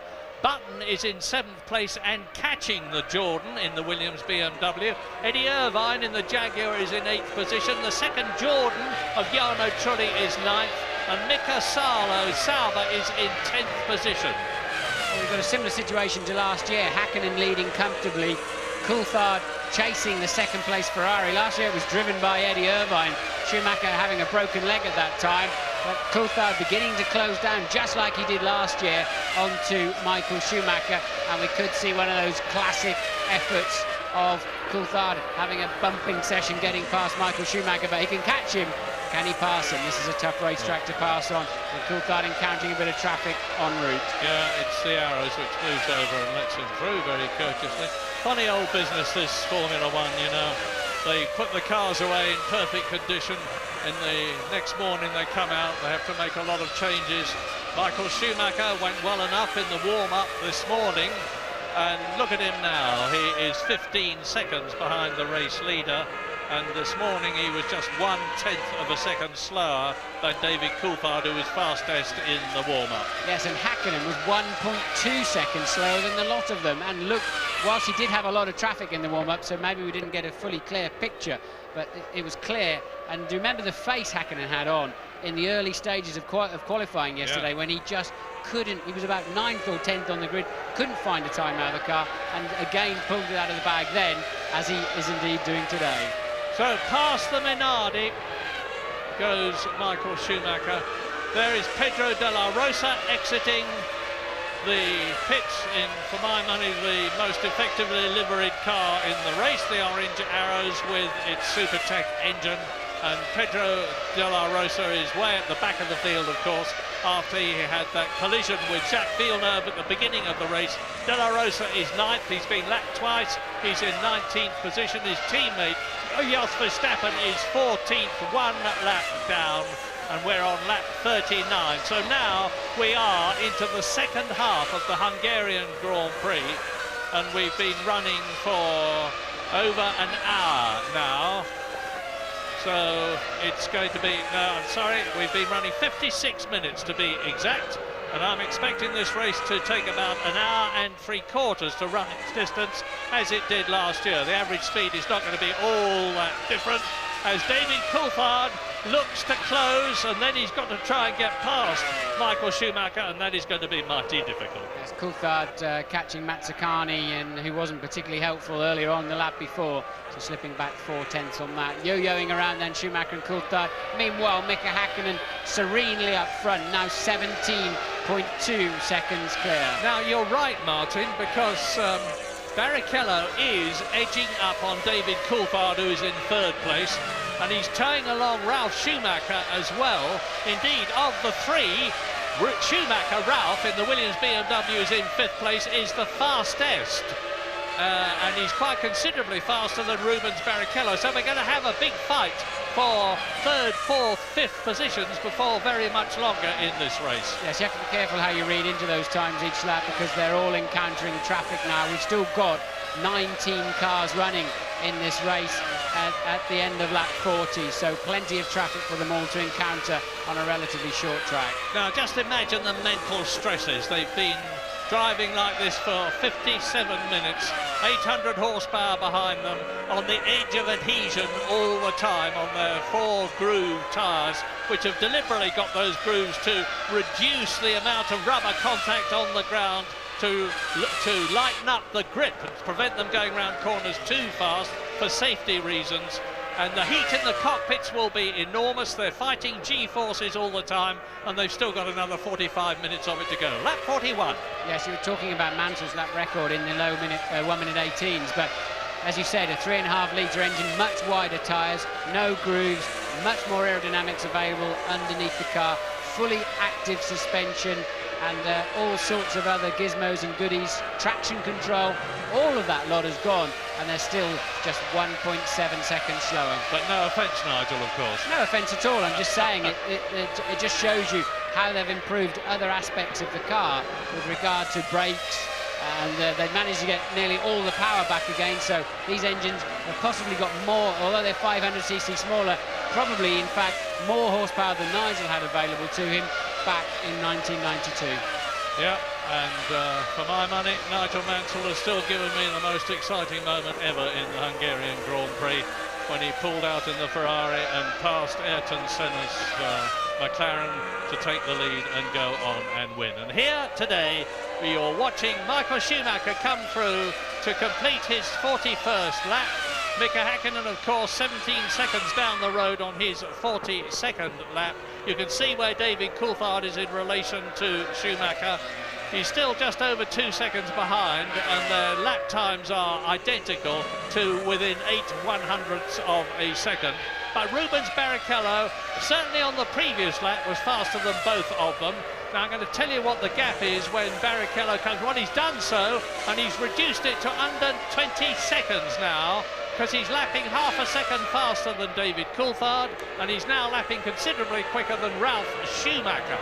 So Barrichello is the man to watch. He's really flying. It would be nice to have a look at him, and look at Michael Schumacher there. Yeah, well out of shape. Michael on the ragged edge, kept it all together. Probably cost him a little more than a tenth or two, but it's significant nonetheless. Michael on the limit, and still the car won't quite stay underneath him as he's trying to pull the gap on Coulthard. He doesn't want Coulthard anywhere near him at the next pit stop, which will be, I guess, around lap 58. And somehow he's got to stop Häkkinen wandering off into the distance. The gap still around 17.3 seconds. As Mika Häkkinen there closes on the blue Benetton of Austrian Alexander Wurz, who's in 11th to lap him, and Louise is with Fisichella. Giancarlo, you've been off the track, back on the track, in and out of the pits. What's been going on? Yeah, I think the first time was a problem with the brake balance, and I was in braking, and I just lost the rear end. Or I think in braking, just the rear braking worked, and I lost the rear end and spun off. And then after that, I damaged quite a lot of the car, and there was no possibility. Even after I stopped and we adjusted a little bit the car, but there was no way. Thanks, Giancarlo. Well, there's just a remote chance that Giancarlo Fisichella, who's out, and you've just heard, will lose his 5th place in the World Championship to Ralf Schumacher, but only if Ralf Schumacher can improve his position at the moment, because as Mika Häkkinen laps his unloved countryman, Mika Salo, unloved by Mika Häkkinen, that is. Salo in 10th position. Mika Häkkinen has lapped the Sauber now, and Fisichella, as I say, is in danger of losing his 5th position in the World Championship. Bags of traffic now for Häkkinen. Yes, the next target, which he's just made his way past, is Trulli, who has yet to stop, the only driver not to pit. Trulli electing for a one-stop strategy. Obviously, it's not doing him much good. He's back in 9th place, and like everybody else, he's got to make one more stop during the race, as now Eddie Irvine is the next target to be lapped, and he will have to move over. The blue flags will be waving. Eddie will let him take the inside line and try and minimise his own time loss. He does that. Häkkinen slices through and now targets Frentzen. Yeah, well, you're seeing. Sorry, no. I said last couple of weeks ago, you're seeing a great drive by Rubens Barrichello in the Ferrari as he stormed up from 18th to win the race. You're seeing a superb drive by Mika Häkkinen, who's making everybody in front of him look pretty pedestrian. Watch him now with Marc Genet, the Spaniard in the Minardi. And he is in 17th position. He's being lapped for the second time, has been lapped for the second time by race leader Mika Häkkinen, coming through to complete his 44th lap, 16 seconds in the lead. Look at that queue of cars. Häkkinen's just cleared the lot of them in one lap.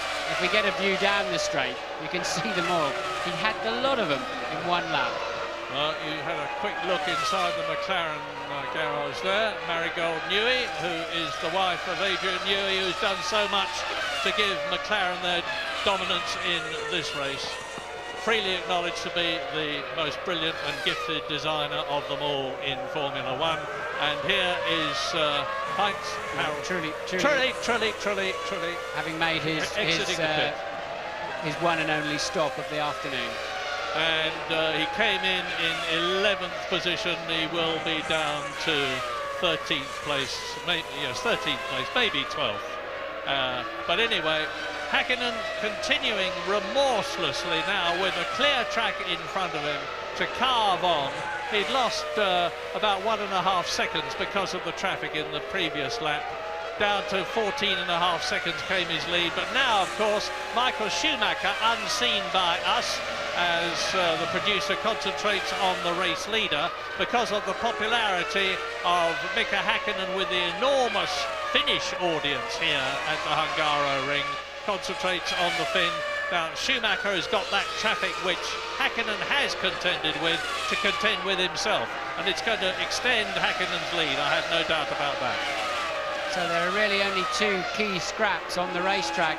Eddie Irvine's fending off Salo for 8th and 9th, but the key ones are Coulthard, just 1.6 seconds now, 1.5 at the end of that lap now, behind Michael Schumacher, and Jenson Button, 3.6 behind Frentzen, who's in 6th and carrying that final World Championship point at the moment. Yeah, and Jordan desperately need that World Championship point. They're one World Championship point behind BAR at the present moment. So if Frentzen can get up into 5th position, it would improve the Jordan team's position in the Constructors' Championship. If he can stay where he is, it would equal Jordan. But there's so much of a gap between Ferrari and McLaren together, and Williams, who are 3rd in the Constructors' Championship against all expectations, due to the newness of their BMW engine, that it's really very much a two-team race. James Allen? Murray, there's no question David Coulthard is lining up here to pass Michael Schumacher in the second round of pit stops. I can tell you for the first race, in my living memory anyway, Adrian Newey has joined David Coulthard's race effort. So it's a straight split on both sides. Ron Dennis is working for Mika Häkkinen and Adrian Newey is working for Coulthard. They're going to try and get him past Schumacher. Now, in my calculations, Shuey's going to stop around lap 53, Häkkinen around lap 55 and Coulthard around lap 56. And I've been through all the possible conspiracy theories and clever twists. It seems to me that McLaren have them all covered. This is purely a damage limitation exercise for Ferrari now. Yeah, and Michael Schumacher looks to me to be in real handling trouble with the Ferrari, in dramatic contrast to David Coulthard, whose McLaren looks as though it is on rails around most of the corners. And Coulthard has closed right up. You can see the gap now as the Ferrari and then the McLaren exits turn 3 and start up the climb towards turns 4 and 5. It's down to under 1.5 seconds now, and Coulthard is closing at the rate of a few hundredths of a second at the moment, but Michael Schumacher goes past the Minardi, gives him a slight breathing space as he goes through turns 6 and 7, the chicane at the top of the circuit, and on towards the drop down to the last corner. Yes, once again, struggling, Coulthard having a major problem to get past the Minardi, making life absolutely as difficult as he can there. Ridiculous, that's twice that's happened to Coulthard with the same car. Yes, Marc Genet, the Spaniard, is normally pretty considerate and well-mannered on the circuit. I don't know if he didn't see Coulthard, he certainly should have done. and they're on lap 48 now. Janaev is on a stop-go penalty, so maybe his mind was into why have I got to come in again, what does my stop go for, and was not paying attention, but certainly cost Coulthard an awful lot of time in his attempts to get somewhere near Schumacher to be ready for this next round of pit stops or punish any mistakes or any trip-ups. And the Ferrari mechanics are in the pit lane, so one of the Ferraris is due in anytime soon. It cost Coulthard over a full second. Barrichello, sorry Murray, Barrichello's in the pits. They short-fueled him to get him ahead of Ralf Schumacher. It worked, of course, didn't it? And now Rubens has had to stop extra early to be able to get in enough fuel to finish the race and try and keep himself ahead of Ralf when it all shakes out at the end of the second lots of pit stops. Shouldn't be a problem. He was over 11 seconds ahead of the Williams previously. So there goes the Jaguar through, and Barrichello, I'm pretty sure, has stayed ahead of Ralf Schumacher. He's out, and here is Michael Schumacher. We're on lap 48 now. David Coulthard is on a terrifically quick lap, fastest of all in the first sector, faster than he has been in the second sector. When I talk about sectors, I mean that this track, like all of them, is split up into 3 sectors for timing purposes. Yes, so Coulthard's having to get back on it. He lost a lot of time there to Schumacher in the traffic, as you saw for yourself, and now comes over the line with a 1:20.6. So Coulthard now having to come back at Michael until they catch the next round of... and remember, Hakkinen, who's 16.5 seconds down the road, had a long queue to pass all at one time, and this pair have not come across that group yet. Top 6, Mika Hakkinen, lap 49, 16 seconds ahead of Schumacher, who is 2 seconds ahead of Coulthard. Barrichello is 4th, Ralf Schumacher is 5th, Heinz-Harald Frentzen is in 6th position. We are going to a break.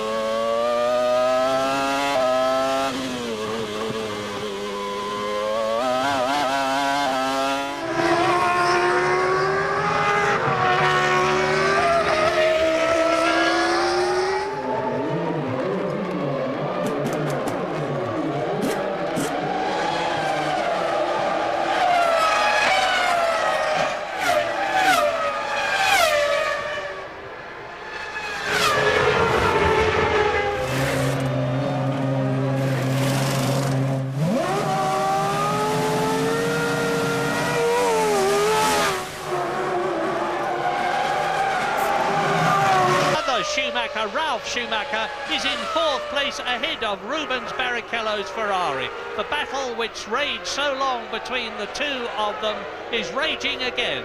Yes, and Ralf Schumacher in the pits as we speak, so we'll have to see. Here he is now coming in. Will he be able to get back on the track before Rubens Barrichello comes around? A close fight between Barrichello and Schumacher. Ferrari so desperately need... No, Barrichello just gone past our window. He will take the 4th position easily. So Barrichello will be in 4th. Hakkinen leads by 20.5 seconds. Coulthard is now 2nd. And Michael Schumacher, having made his second stop, of course, is away down the road. Well, there is Mika Häkkinen coming round to complete the lap just after Ralf Schumacher in the Williams BMW had rejoined the track ahead of Heinz-Harald Frentzen, who's in 6th position. So the Williams BMW is continuing its absolutely incredible first season in Formula One racing. Coulthard in the pit this time, so Coulthard in for his second stop, and really he's not under pressure. I think Michael Schumacher had a good enough stop to make sure he stays ahead. 6.6. I don't think it'll be enough to get him ahead of Michael Schumacher. Watching out of the window, it's going to be close. There's Schumacher coming down the straight now. Can Coulthard get past the speed line? No, he cannot. He's going to slot in just behind.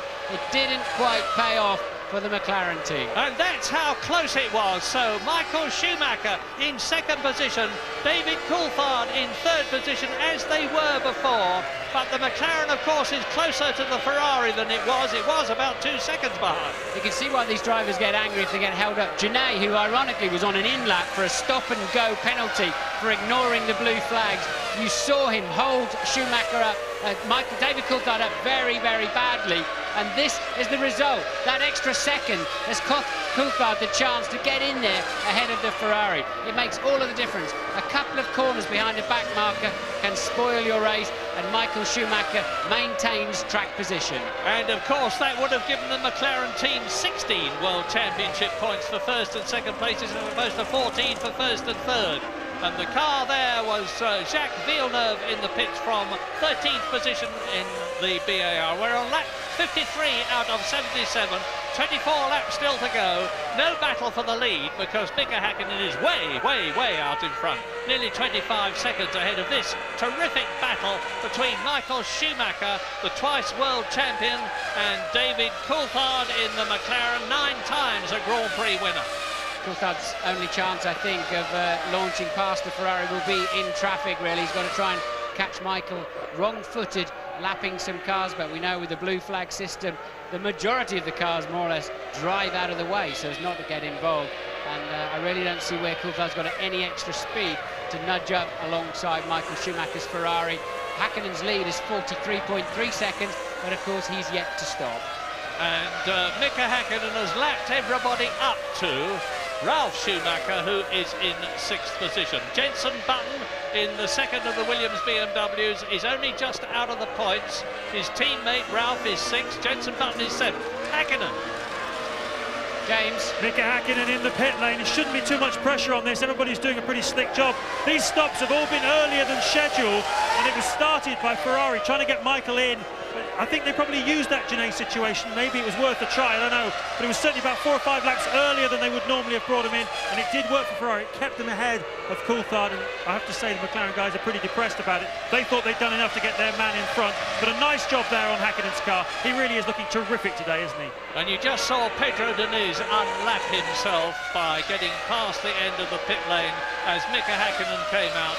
But the Finn will soon pass the Sauber again, and David Coulthard there is right on the gearbox of Michael Schumacher's Ferrari with another 24 laps, including the one that they are on to go. And something has got to give. Michael Schumacher under the most terrific pressure, a long way behind Mika Häkkinen, of course, the continued race leader. And this is the story of the event, because these two are some 29 seconds ahead of Rubens Barrichello. It's the 2 Ferraris and the 2 McLarens occupying the first 4 places. Frentzen is now in 5th position ahead of Ralf Schumacher. There's only 5 seconds in between them, and Ralf Schumacher is going to be lapped by Mika Häkkinen eventually, I think, but Jenson Button is now unlapped. He is in 7th position, just 1 place off a potential World Championship point, and Jenson Button has already scored World Championship points 4 times this year in his first Grand Prix season. A terrific performance. Both these drivers need that 2nd place. Coulthard can't afford to let Häkkinen, his teammate, gain 4 points on him, and Michael Schumacher wants to minimise, as James said earlier on, damage limitation. Häkkinen surprised everybody with his pace, not least Michael Schumacher. What he doesn't need is to lose those 6 points, so Schumi will be hanging on to those for grim death. But in fact, Also, I don't think either of those two drivers can afford to take a big gamble and a big stab and defend those places too aggressively. They can't afford to lose a wheel against each other, as Häkkinen will just be sailing off with 10-point advantage. And the great Formula One news is it really does look as though yet again the Drivers' World Championship is going to go down to the last race of the year, which for the first time is the Malaysian Grand Prix on October the 22nd.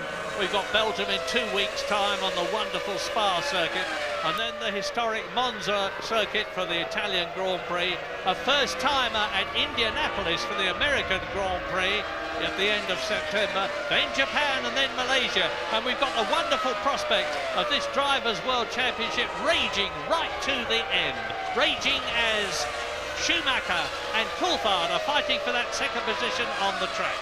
Just to give you the gaps then of the top four, now they've all made their final stop.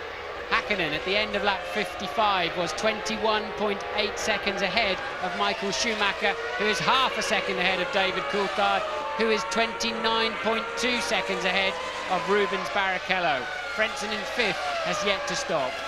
Over the line they go. They're on lap 56 now. Look how evenly matched. The V10 Ferrari, and here in the pits, Ricardo Zonta, the Brazilian driver who's losing his place in the BAR team at the end of this season to Olivier Panis, who is the brilliant French ex-Grand Prix Monaco winner of 1996 and is with the McLaren team, not as their test driver, because he's described as their third driver. How many teams have got a previous Grand Prix winner as their test and third driver? Well, McLaren have, just one of the many indications of the incredible in-depth quality of the Woking team. And they're on lap 56 now.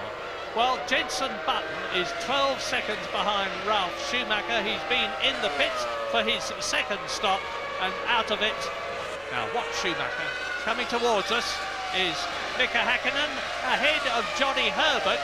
Both the Jaguars are still running. Eddie Irvine is in 10th place, Johnny Herbert is 13th, and we've still only got those 3 retirements. The 2 Prosts of Alesi first, then Heidfeld, and Giancarlo Fisichella. There are 19 out of the 22 still running, as up behind the arrows come Schumacher and Coulthard. That's the bad news for Herbert in the Jaguar. He's now lapped twice, so Johnny down in 13th, but 2 laps. That's just incredible, isn't it? The pace of these Ferraris and McLarens to get that far ahead. I mean, Häkkinen's going to lap everybody. He's got Button next on his list. He's probably going to lap everybody up to 4th or 5th. Oh, incredible. Verstappen, I think, lost the place. I just tried to work out in my mind whether he was on the same lap. But anyway, as Schumacher and Coulthard moved through, Jos Verstappen moved over in the arrows and let them through. And into the pits comes the Jordan Mugen Honda of Heinz-Harald Frentzen from 5th position. Now, Ralf Schumacher should have got past him. Yes, that is the last key pit stop of the afternoon, certainly scheduled pit stop anyway, and Ralf is long gone, so Frentzen will come out still in 6th place. Where was Jenson Button? Yes, indeed. Well, he's out of the pits, and here is the battle for second. Schumacher and Coulthard tied together by that invisible piece of string, coming through to passing the pit lane, turning into the double right-hander at turn 14, the 180-degree bend, exiting it, building up to 180 miles an hour in 6th gear before they brake hard, go down through the gears from 6th to 3rd to about 80 miles an hour on the apex. I agree with all of that, except they've got 7 gears now.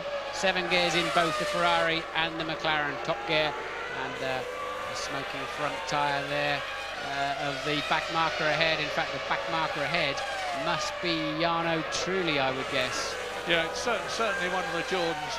Very difficult to tell them apart. There's a red spot on the roll bar of Jarno Trulli's Jordan, but whether it's Frentzen or Trulli, we'll soon see on their 58th lap. So I'm pleased at the reliability in this race. The Prost season of misfortune goes from bad to worse, race by race. there are very strong rumours that the Prost team has been sold already to a new consortium. What they will make of it with the team in France, when Alain Prost himself is believed to have wanted to move it to Britain because the infrastructure is so much stronger there, remains to be seen. I don't even know that the rumour is absolutely right. All I do know is that Alain Prost himself is in a state of virtual despair. Yes, I believe it's Frentzen that they're homing in on, but look, it's Trulli. It is Trulli, Isabel. It really is Trulli. Coulthard, Coulthard ever closer, just 4/10 of a second as Trulli gets out of the way. And, well, I'm amazed how easily Coulthard can stay that close in the slipstream. But surely there's no way. You've got to have, you know, so much more horsepower to pull alongside down the straight that it just isn't going to happen. Well, Trulli in 8th position has just been lapped, as you saw, and Pedro Diniz behind him in the Sauber took the opportunity to close up a bit. Pedro Diniz going better than his teammate Mika Salo, who out-qualified him. I've been making some complimentary remarks about the Sauber recently. It's very much improved under its new designer, the Argentine Sergio Rinland, who's got a good team with him at Hinwil in Switzerland.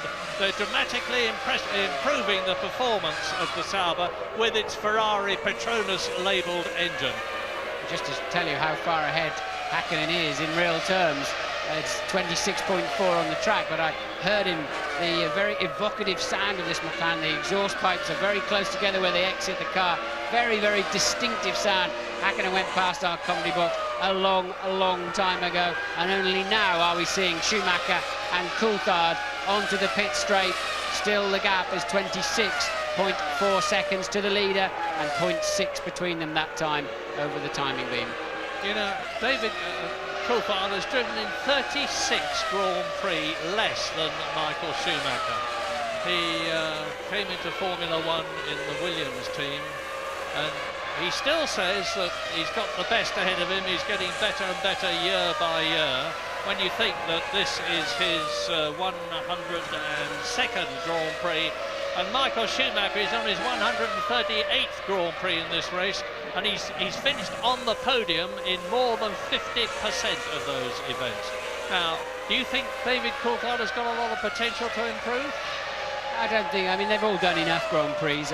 I don't think it makes any difference now at this stage. I know Coulthard will be very disappointed if he ends up third in this race. I think he'll feel he wasted an opportunity because he appeared to have the legs on this man Hakkinen through free practice and right through qualifying. Indeed, the warm-up this morning.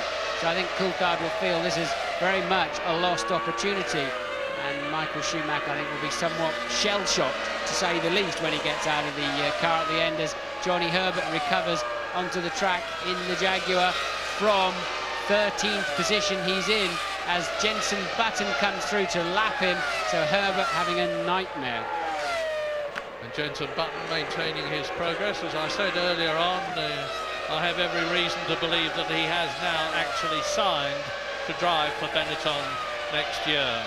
I think the Williams team are going to be very sorry to see him go, in a way, because they've got an embarrassment of riches with Juan Pablo Montoya, the Colombian driver who went so well in Formula 3000. That is Jacques Villeneuve going through, and Johnny Herbert spinning. This is a replay. So Villeneuve moving up from 14th to 13th. I didn't see whether they touched. No, I think Johnny just sort of fell off in sympathy to a certain extent. I think Jacques probably surprised him a little up the inside there, and it looked a touch unnecessary, that spin, but Johnny clearly just lost the back of the car when he least needed to, and swapped ends and was looking down the track. So where are the battles on the track? Certainly not there. Mika Hakkinen on his 62nd lap. Well, here is one of the battles, the most notable battle, which has now been raging for a long time, the battle for second place between Schumacher and Coulthard, as they come through to complete their 62nd lap out of 77 in total. There's a battle between Jarno Trulli and Pedro Diniz for 8th place on the grid, and Eddie Irvine is up there too, because Irvine in 10th position is actually closing slightly on Pedro Diniz in 9th place in the Sauber. There's a bit of a battle going on between Mika Salo in 11th place and Alexander Wurz in 12th position, and there's a battle going on.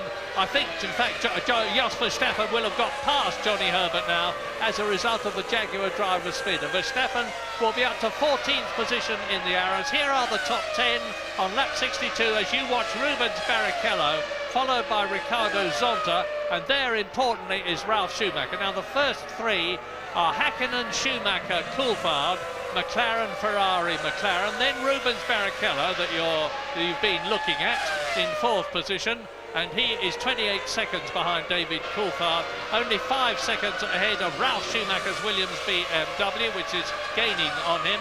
Heinz-Harald Frentzen is also quick, 6th position in the Jordan. The team desperately need that point. 7th is Button in the Williams, 8th is Jarno Trulli in the 2nd Jordan, 9th is Pedro Diniz, and right behind him, in 10th position, Eddie Irvine. So both Jaguars are still running, and look at David Coulthard now really harrying Michael Schumacher as Schumacher comes up to lap Johnny Herbert again. Johnny in the Jaguar into turn 1. Well, one thing we know for sure, if he gets half a chance, we just know from 3 separate occasions previously, Coulthard just without any care whatsoever, total abandon almost, launches into the side of Schumacher. We saw it in Silverstone a couple of years ago, Malaysia last year, and of course in Manicourt this year, where Coulthard has no fear of having a go at Michael, but he's got to get close enough first. Michael is all too well aware of that, but neither of these pair can afford, as I said earlier, to be knocked out of this race with a broken suspension. Well, you remember at the beginning of this season, McLaren clearly had a reliability problem. It's a very sophisticated and advanced packaging with all the elements tucked inside that enveloping streamlined bodywork, and they had trouble getting it all absolutely right, working properly. Well, they've certainly done that with a vengeance now. They've had, off the top of my head, 4 first and second places this year. They could well end up with a 5th one this year. And of course you get a maximum of 16 World Championship points if you do that. 10 for first position, 6 for second position. Schumacher coming through, crossing the grid. This is the start of his 64th lap, and down in the garages, James Allen has news for us. Murray, I don't think this is going to make me very popular around Woking, but I think McLaren actually have made a mistake here. I think they've put Coulthard in a more risky position than they needed to. He came in, he could have done about another 6 laps on the fuel that he had. Michael Schumacher came in, and instinctively McLaren reacted, and the following lap they brought Coulthard in. But I think he's got the pace in this car. He could have gone those 4 or 5 laps further and built himself a margin in order to stop. So I'm sure there'll be a post-mortem about it afterwards, but perhaps, although they've done a great job for Hakkinen at the front, maybe with DC they've not done such a good job. Be fearless, James. Speak the truth where you find it. And so we're looking at Michael Schumacher now. And what can David do? I mean, he can just look for Schumacher coming up to a car he's about to lap and hope that there'll be some hesitation. He's got 2 choices. One, he can try and penalise any mistakes or being wrong-footed on Michael Schumacher's part in the traffic, or he can bide his time through the middle of the lap, this section, stay as close as possible, and then get very close in the last corner, aerodynamics allowing, and the only serious overtaking opportunity is into the first corner. We saw Mansell take centre there. We've seen Damon Hill took Michael Schumacher there in 1997 when the Arrows was on the better Bridgestone tyres. That's Diniz dropping out of the race, our 4th retirement in 65 laps. Amazing reliability. But so there is a way through into that first corner. It's a bit nip and tuck when you get there, but somehow you've got to stay close enough, Murray, in that last corner, and that's Coulthard's problem. Yes, and of course we had that marvellous attack between Mansell and Senna at the Spanish Grand Prix in Barcelona with sparks flying from underneath their cars. One of the most exciting television sequences I've ever seen of Formula One. And they're coming up behind the Williams now, and past them, past the Williams of it's Jenson Button down there in 7th position. He backed off and let them through, lost a bit of time, of course, in the process, and he was right up with Frentzen. No, he's 36 seconds behind Frentzen. I've been watching his times a bit. He's dropped away quite badly, so Jenson, I think some kind of dramas inside that Williams. Remember, at one point he was just 2.7 behind Frentzen in 6th. He's still in 7th place, but now 36 seconds away, so Button struggling for whatever reason. Yes, and it wasn't Frentzen either, it was the Minardi. So absolutely together, carving their way through the traffic. Schumacher, Ferrari, Coulthard, McLaren, second and third places, absolutely nothing in it. They're closing up a bit on Mika Häkkinen at about the rate of 0.2 of a second a lap, but of course Mika Häkkinen has now got a 27-second lead. The victory for the third time this year is very much in the bag for the Finn if he can just keep going the way he is going now. He's not going to have a problem with maintaining concentration. He's used to that. He's already won in Spain and Austria. He's had 5 second places this year. And if he finishes where he is now, Mika Häkkinen, who won the World Championship last year and in 1998, will be leading it in 2000. Yes, and you can see why he'll be leading it. He finished second in France, first in Austria, second in Germany, the previous 3 Grand Prix, and that's the replay of Dinitz dropping out of the race earlier on, and then Häkkinen leading again now. So it'll be a first, second, first, something along those lines for Häkkinen that's thrust him into the lead of the championship. Nobody believed he could really attack for a 3rd consecutive season. No, because as I say, the motivation, if you've done it twice, world champion, and of course they spend all the summer travelling from Grand Prix to Grand Prix, and when they're not racing in a Grand Prix, they are testing. They'll probably go straight from here to go test in another country tomorrow. When they're not racing or testing, they're doing sponsorship work. And in the winter, they're off to places like China and South America. It is a non-stop, very, very pressured life for Grand Prix drivers. Pressured life, we're going to relieve the pressure for a moment. We're leaving the Hungaro ring, but we will be back, of course.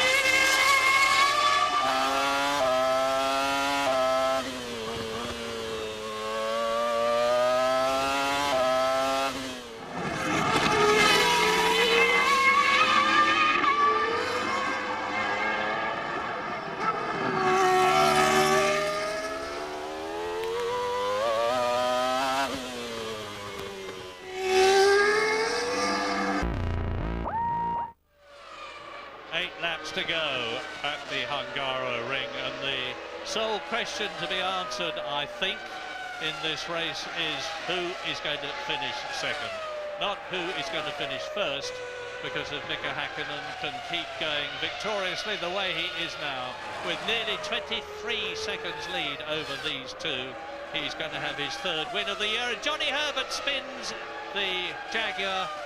Has he kept the engine running? He clearly has, from the way he's looking up the track.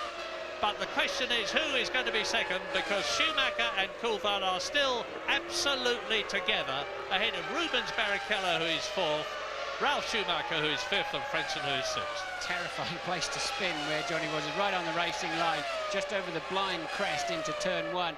I think the Jaguar was sounding a little sick last time past, but Johnny, yeah, I think he's struggling a bit. Some kind of mechanical gremlins, or did he get a little nerve? I think he'd already lost the back end on the downshift, frankly, before the arrows got very close to the back of him. And then you're looking over a little blind crest there with Formula One cars hurtling towards you. What a good place to be. Good place to be for Mika Häkkinen on the Hungaro ring at the moment. He's on his 70th lap. David Coulthard, I can't see him getting past Michael Schumacher unless the Ferrari has a problem or unless Schumacher is delayed by traffic. Yes, I think in a straight fight, Coulthard's got the faster car at the moment of those two, but nowhere near fast enough to have any way of getting close enough to the Ferrari and having a go into a corner. He's probably got a tenth or two in his pocket, but with the aerodynamic effects, it's invisible, but he's just about the distance behind where he's getting the worst effect of the turbulent air from the Ferrari. Don't know what Michael Schumacher's problem has been. He has clearly had one throughout the race. But if he can stay where he is, it's going to minimise it from his point of view. It means that the World Championship lead is going to change, but it means that instead of Schumacher being 2 points ahead of Häkkinen and Coulthard, he's going to be 2 points behind Häkkinen, with the Finn taking the World Championship lead for the first time. And David Coulthard still very much in the hunt, of course. Yes, Johnny Herbert just went past the commentary box again with a sick-sounding engine. I think it was cutting out as much as anything, and that cutting is probably what spun him off in the first corner. It's not making a huge difference to his afternoon. He's back down in 14th place, 2 laps behind. Coulthard ever present in Schumacher's mirrors, 0.5 of a second. Louise, what can you tell us? I'm having a fairly quiet afternoon down here in the pits. Amazing reliability, very few cars gone out. I've just been to check out what's happening with Jensen. He does have a problem. He's got a problem with his engine. He's not able to run at full power. Now the team are confident that he will make it to the end of the race without any problem, but he is dropping time, and Trulli has picked up on this. He's suddenly upped his pace. Trulli's going to be pushing him hard to try and get that place off him. Well, it's one of the few places in the top 10 that Jenson Button hasn't had at the present moment in this superb debut year in Grand Prix racing. He's had a 6th place, he's had an 8th place, he's in 7th position at the present moment. Is Frentzen going to catch him? Well, I don't think so at the present moment, but we'll just have to wait and see. Johnny Herbert has stopped. Johnny Herbert is out of the race, so unfortunately, finally that engine is given up. Johnny dropping out of 14th place. The sister Jaguar, Eddie Irvine, having a quiet afternoon after that excellent start in 9th place. So we're on lap 72 now, and the drivers will know it. They're in touch with their pits and garages through the wireless, and they're getting boards as well. Some people say to me, why do they have a board as well as the radio? Sometimes the radio fails, you don't hear it.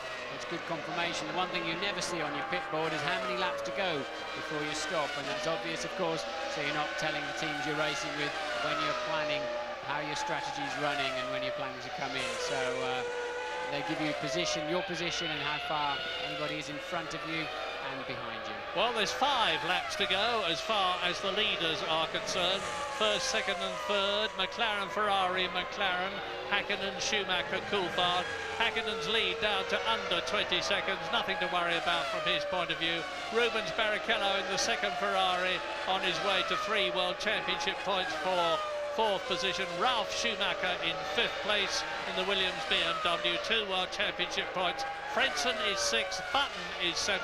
Trulli in the second Jordan is still catching Jenson Button at the rate of about half a second a lap, and he's some 2.5 seconds behind the Williams, so it's going to be a very, very close thing for 7th position. I think Michael's just pacing himself now to make sure he makes no mistakes, keep the car on the very narrow line that there is around this circuit, and not give Coulthard a glimmer of a hope, but he'll still have to be pressing on. Yeah, it's a very light, sandy soil here in Hungary, and this part of Hungary, and you get an enormous amount of dust. You can see from the lighter parts of the circuit that there is still dust in amongst the tarmac, and the circuit gets quicker and quicker and more rubbered up as the racing laps go by. On Friday, it's very bad news indeed, because there hasn't been any racing here for a full year. And typically in the first training session, the first practice session on Friday, everybody waits for everybody else to go out and wear their tyres out first. But then as the rubber goes down, the lap times come down and the lap speeds go up. And bang, what was that?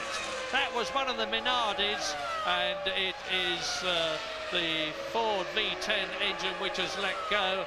And it is Mazzacane, the Argentine driver, down from 16th position. That's only the 5th retirement of the race. The two Prosts, Fisichella, Pedro Diniz, who stopped some time ago, and now Mazzacane and David Coulthard pressing like mad. So I wonder if there's any oil down on turn 13 there. Most of the oil's being burnt quite clearly there as Mazzacane makes his way around to the exit of the turn. And clearly it doesn't appear to be dropping any fluid, just sending it burned out of the exhaust pipe. But the tyres get very heavily worn in all the Grand Prix. They're virtually slicked at the end, and that's going to be dramas for next season. Yeah. Michelin are coming in and they're saying, we want a clear understanding. Do these tyres have to have grooves in them or not at the end of a race? It's fine at the moment, everybody's running on Bridgestones and you can't really complain, everybody's got the same opportunity, but I can see a lot of fuss coming next year if cars get to the end of the race and effectively the grooves are worn down, the cars are running on slick tyres. There's going to be some aggro. Well, just 3 laps to go at the end of this one, and Schumacher is making real inroads into Häkkinen's lead now, but I'm sure that's as a result of Häkkinen slowing down rather than Schumacher speeding up. On the previous lap, Schumacher was 2 seconds, and of course David Coulthard 2 seconds faster than Mika Häkkinen, as a result of which the lead of Mika Häkkinen in the McLaren has come down to about 17 seconds.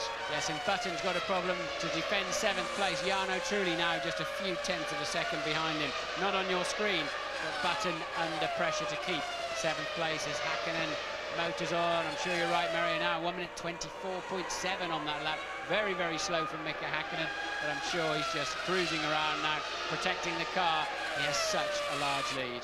And so it is all down to David Coulthard as far as McLaren is concerned. They'll be more than happy with yet another victory for Mika Häkkinen. It'll be his 3rd of the year. David Coulthard has already had 3. So it's going to be the 6th McLaren win this year in this, the 12th race of the 2000 season.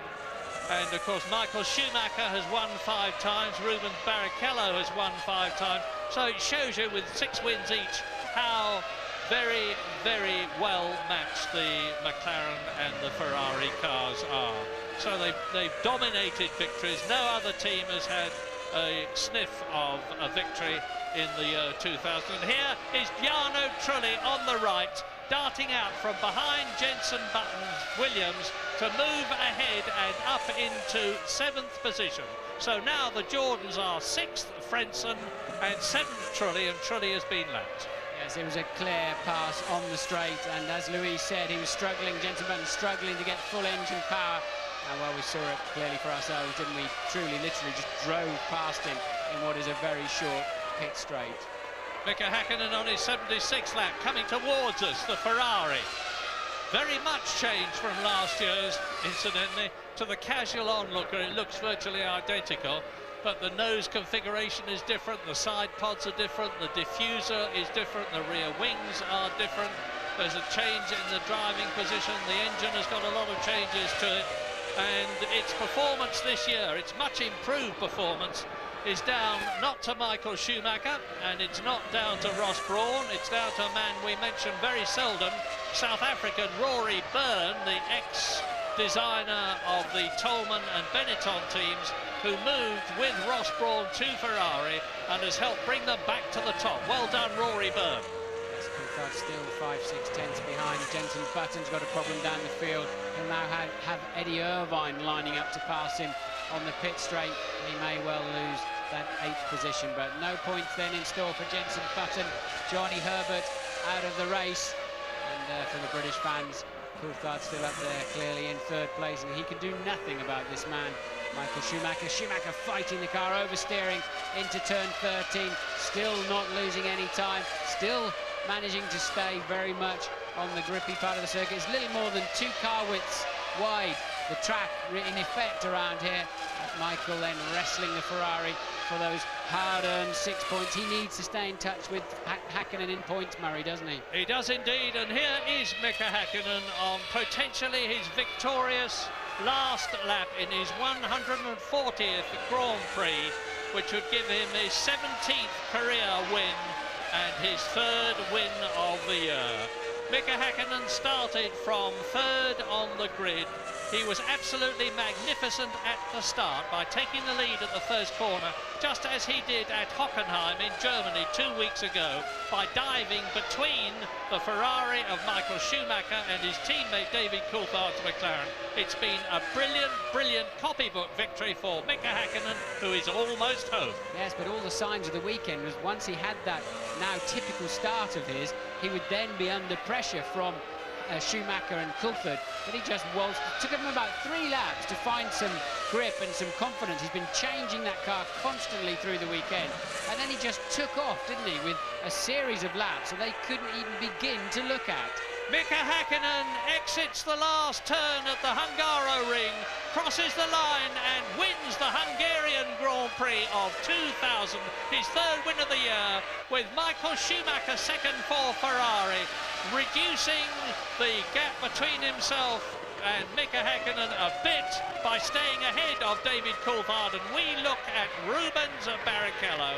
So the reliability of both the Ferraris and both the McLarens has made things impossible for any other team to get on the podium. The first 3 places, the top non-Ferrari man is going to be Ralf Schumacher in the Williams BMW, and better than that he could not have hoped to do. So Häkkinen scored 32 points out of a possible 40 in the last 4 Grand Prix, Murray. That's pretty much what you'd call a World Championship charge, isn't it?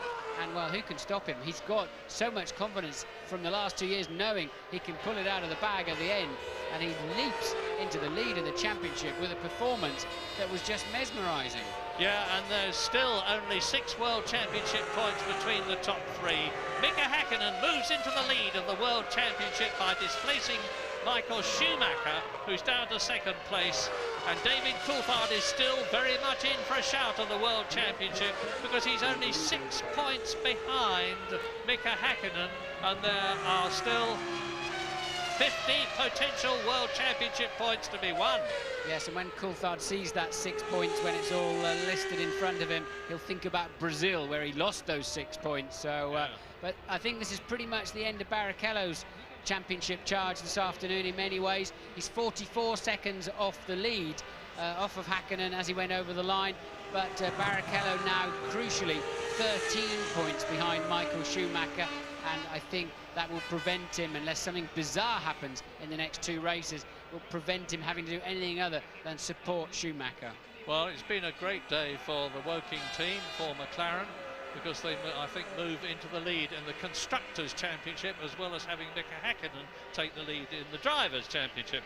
Incidentally, I hypothesised that Fisichella might lose his 5th place to Ralf Schumacher. He hasn't, but he's only 2 points ahead. And listen to the enormous finish content at the grandstand here, going mad with delight, blowing their air horns, waving their flags, because their man, Mika Häkkinen, has won in Hungary in front of them in their enormous numbers. Yes, if Mika Häkkinen ever wins this race in a Ferrari, you'll need earplugs to be in the crowd, not in the racing cars, because everybody outside in our grandstands have either got red caps on or they're waving the Finnish flag. The Hungarian Grand Prix, you're looking at the winner now. He finished 7.9 seconds ahead of Michael Schumacher. There he is, which showed how much Mika Häkkinen slowed down on the last lap. Schumacher just half a second ahead of David Coulthard, but that made 2 World Championship points difference, which may make all the difference in the end.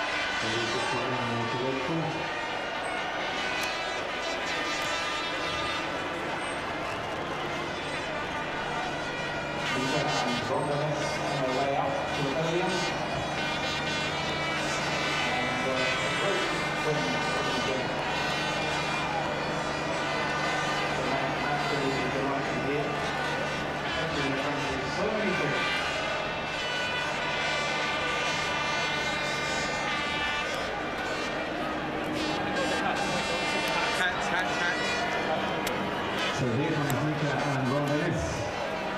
And in a few minutes' time, the podium ceremony will take place.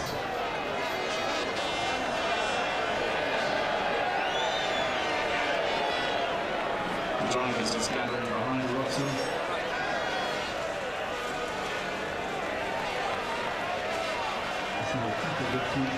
Here they are, ladies and gentlemen.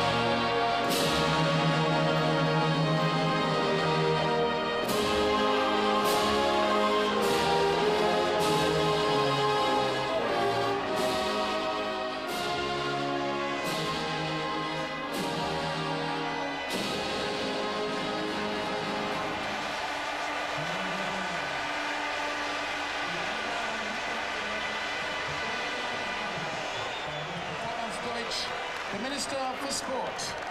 Well done, Mika. Mr. Deutsch also presents the trophy to the winning constructor, West McLaren Mercedes, represented here by their team principal, Ron Dennis. To the second place driver,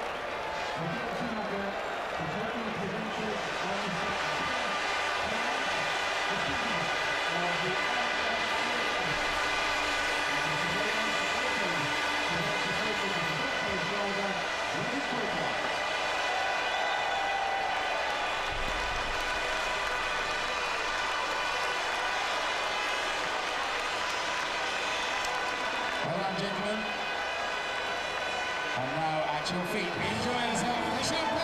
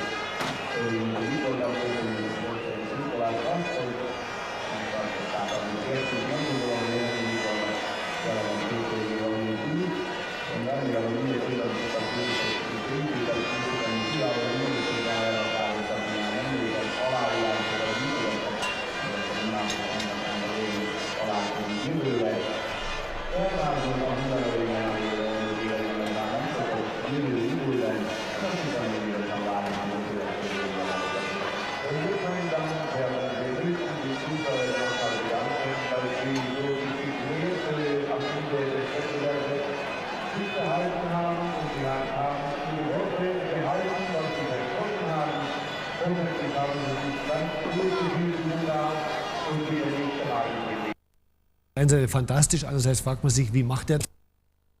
It's Mika Häkkinen, Michael Schumacher and David Coulthard. Mika, many, many congratulations. Your third win of the season, your second win here in front of so many of your fans, and began with another great start. Talk us through it.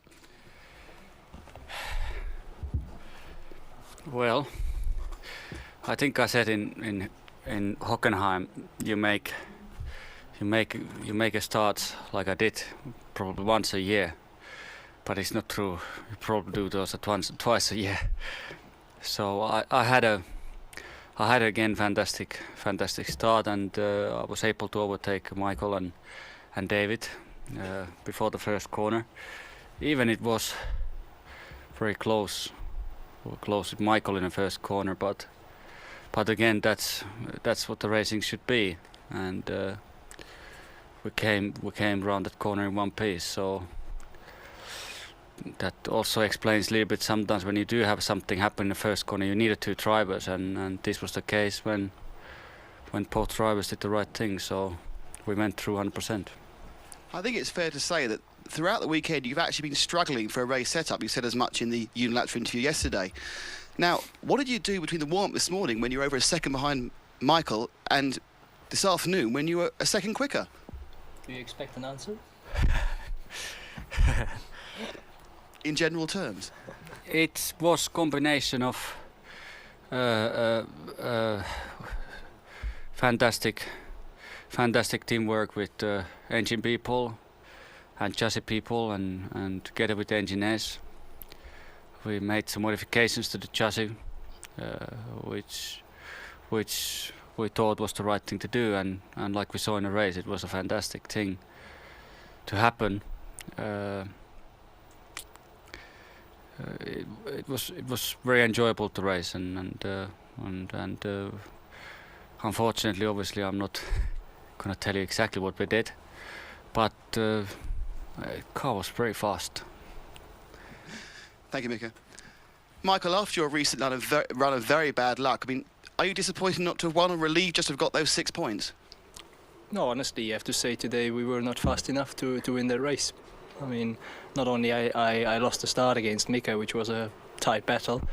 When you see his pace, I mean, if he wouldn't have overtaken me at the start, he would probably have done it later through pit stops, because he was simply the fastest man today on the circuit, and that's why I'm not too unhappy. Keep second position, because even that was a tight battle with David, but we managed to plan our pit stops for the right moment and had the right gap at the right moment, and so we could drive home safely in second position. Now, yesterday you were comfortably faster than both the McLarens. Do you feel that they've got faster, or perhaps in race trim the Ferrari just isn't the match of the McLarens at the moment? Honestly, I believe that what Mika said, he sorted out his car. It didn't seem to be fast enough yesterday. If you look the gap to other cars to the back, it was very close to them, which isn't normal. My sort of gap to the other cars was sort of normal, and that was the simple reason. We stayed where we were yesterday. We made good steps from Friday to Saturday, but then we didn't seem to pull out enough for the Sunday race. So it's still some areas we have to work on. We have some good ideas how to improve our situation, but then that's a natural situation for both of us, I believe. Let's see who keeps it up to the end. Hey, Michael. David, you spent virtually the entire race just staring at Michael's rear diffuser. Do you think it's a good design? Well, that's certainly one of the most interesting questions I've had this year. Yeah, it looks lovely. Looks like it works well. Yeah, I just my 3 stints, I wasn't quick enough in the first stint for some bizarre reason. I had a very unusual balance, and obviously I need to find out whether that first set of tyres had a problem with pressure. But certainly the second and third set were much more like I expected. So the first stint, I was just falling away at quite a rate of knots. And then thereafter, I was, I think, quite competitive, but I finished third, so it's not to make excuses, but I did lose a lot of time behind the 4 Minardis there seemed to be out there. Michael caught the traffic well, and he caught them always in and around turn 5, and then I never really got the chance to overtake them until we came out of turn 10, so there was always a second lost in that time. And if you look at the gap when I came out after the last stop, it was probably only 0.3 of a second, the difference between Michael getting the corner and me not. So that sometimes makes a difference, but there you go, I started third, finished third, so that's all I deserve, really. Thanks, David. Mika, for the first time this year, the championship lead has changed. It's gone from Michael to yourself. We're moving on to Spa. Do you now think that you're the favourite? I'm sorry? Do you now think you're the favourite for the championship?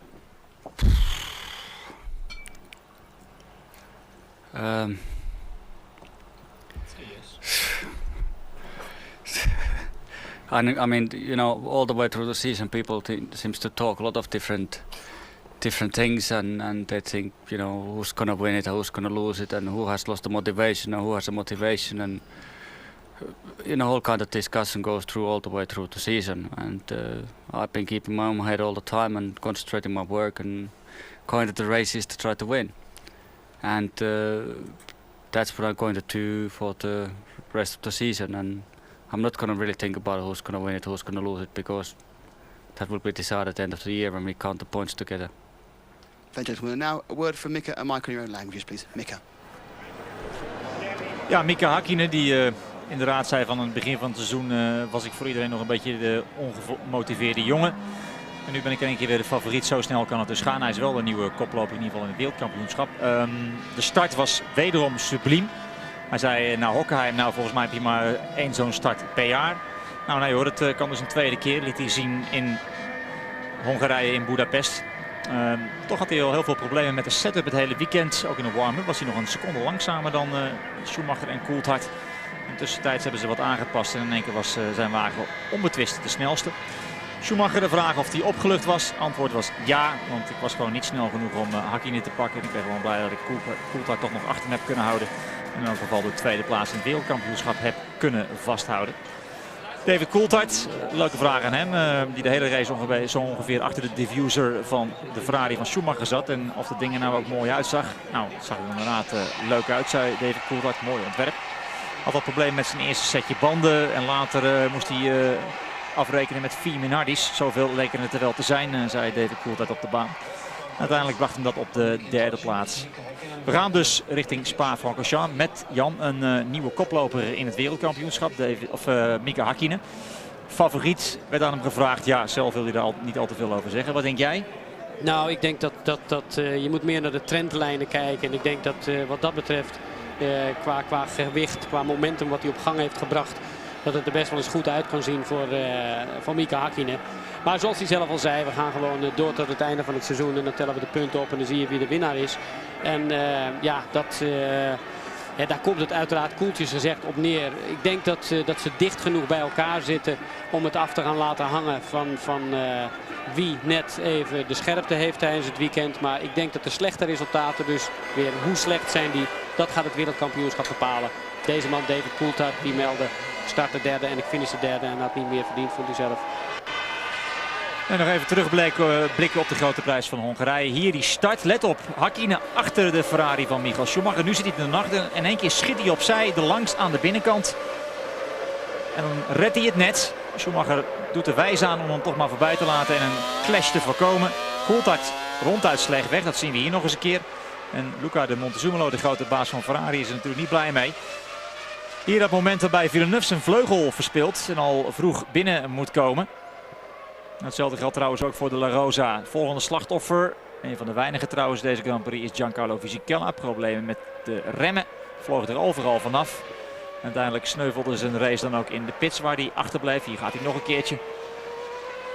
Een van de schaarse momenten van spektakel in deze Grand Prix. Het ging ook niet echt lekker bij Prost, bij Heidfeld en Alesi. Coulthard op de 3e plaats. Achter Schumacher, die het tempo van Häkkinen in ieder geval niet kon volgen. Hier de toppende Nick Heidfeld. Wel of niet weg. En Prost, ja, dat zit er niet mee dit jaar. Zucht. Eddie Irvine, een van de eerste coureurs die binnenkwam. Vechtend met de Jaguar. Daar dan het afscheid van Giancarlo Fisichella. Vindt het wel mooi geweest na zijn uitstapjes. Häkkinen gaat vrolijk door. Ik zag er even Mazzacane voorbij glijden. Waarna die in de problemen. Oeps, daar wordt even wat vergeten, een doekje. Maar het bleef allemaal zonder kleerscheuren. Pitstop bij het team van Jordan. Fisichella die definitief uitstapt. En daar Michael Schumacher die een moeilijke race reed. Häkkinen niet kon pakken. En zich verder concentreerde op David Coulthard om die achter zich te houden middels een goede pitstopstrategie. Dan de pitstop van Michael Schumacher. En ook die van David Coulthard, want daar ging het gevecht tussen. En kijk, Schumacher redt het net. Was even spannend, maar hij houdt de 2e plaats vast. Dit is een prachtige manoeuvre van Jacques Villeneuve. En Herbert schikt er zo van dat hij in de ronde gaat. En later ook de race zal moeten staken. Knap werk van Jacques Villeneuve. In de achterhoede toch nog voor spektakel zorgen. Het afscheid van Pedro Paolo Diniz. En dansend op de curbstones de winnaar van de grote prijs van Hongarije, Mika Häkkinen. Bijna een aanvaring tussen Herbert en Verstappen. En misschien raakten ze elkaar wel. In ieder geval wordt Herbert aangetikt en kan de Nederlander er langs om vervolgens 13e te worden. En dat zat good old Johnny weer eens niet mee vandaag op de Hungaroring. Want kijk, nu geeft hij er de brui aan. Dat geldt trouwens ook voor Mazzacane met een motorisch probleem.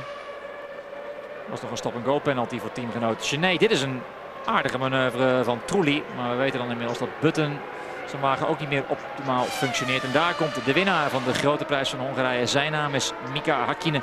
De 17e zege uit zijn loopbaan. De tweede keer dat hij hier in Budapest wint. En hij is de nieuwe koploper in het wereldkampioenschap. Met een totaal van 64 punten, gevolgd op 2 puntjes door Michael Schumacher. En David Coulthard staat op de derde plaats. Heeft er 58, 6 minder dan zijn teamgenoot. Dus was de champagne en het bijbehorende stuurtje voor Mika Häkkinen.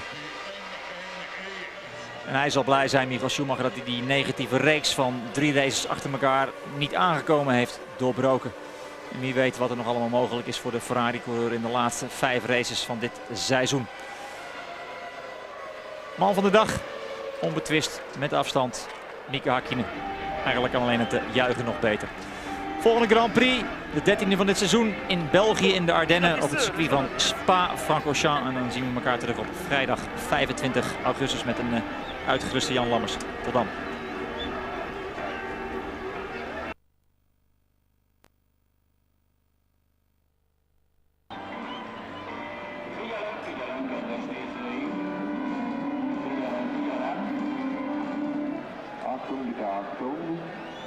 Egy fontos információ, ugye most, hogy véget ért a verseny, hogy ne legyen aztán hazafelé se túl nagy gond, arra kérünk mindenkit, hogy arra menjen, amerről jött.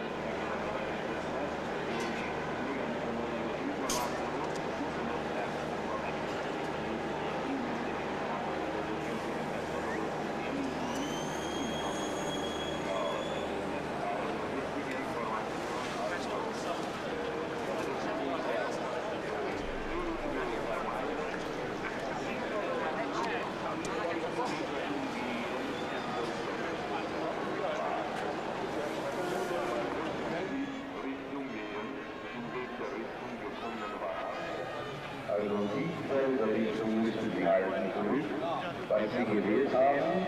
You heard the comment, information, you heard to go in the same direction, from which direction you came here.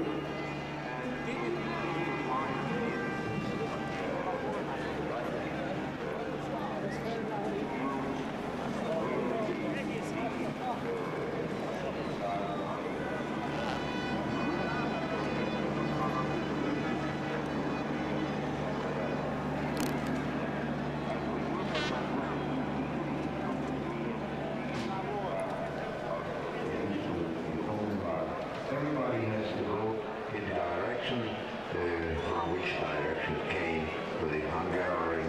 Thank you very much.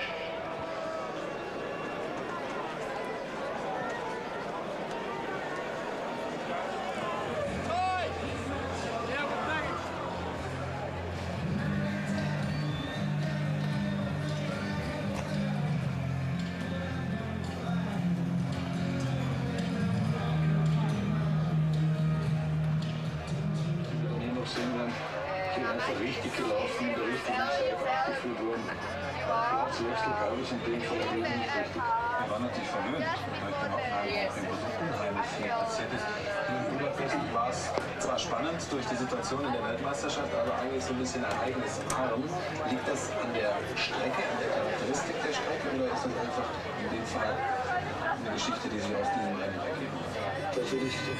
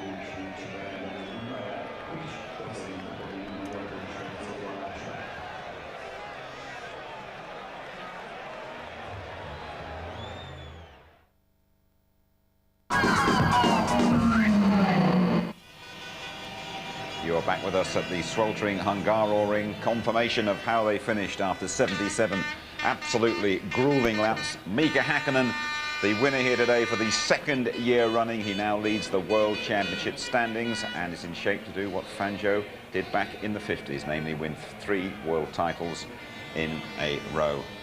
And for such a hot and grueling race, really, quite a high finishing rate as well here in Hungary. Barrichello, Ralf Schumacher and Heinz-Harald Frentzen rounding out the top 6.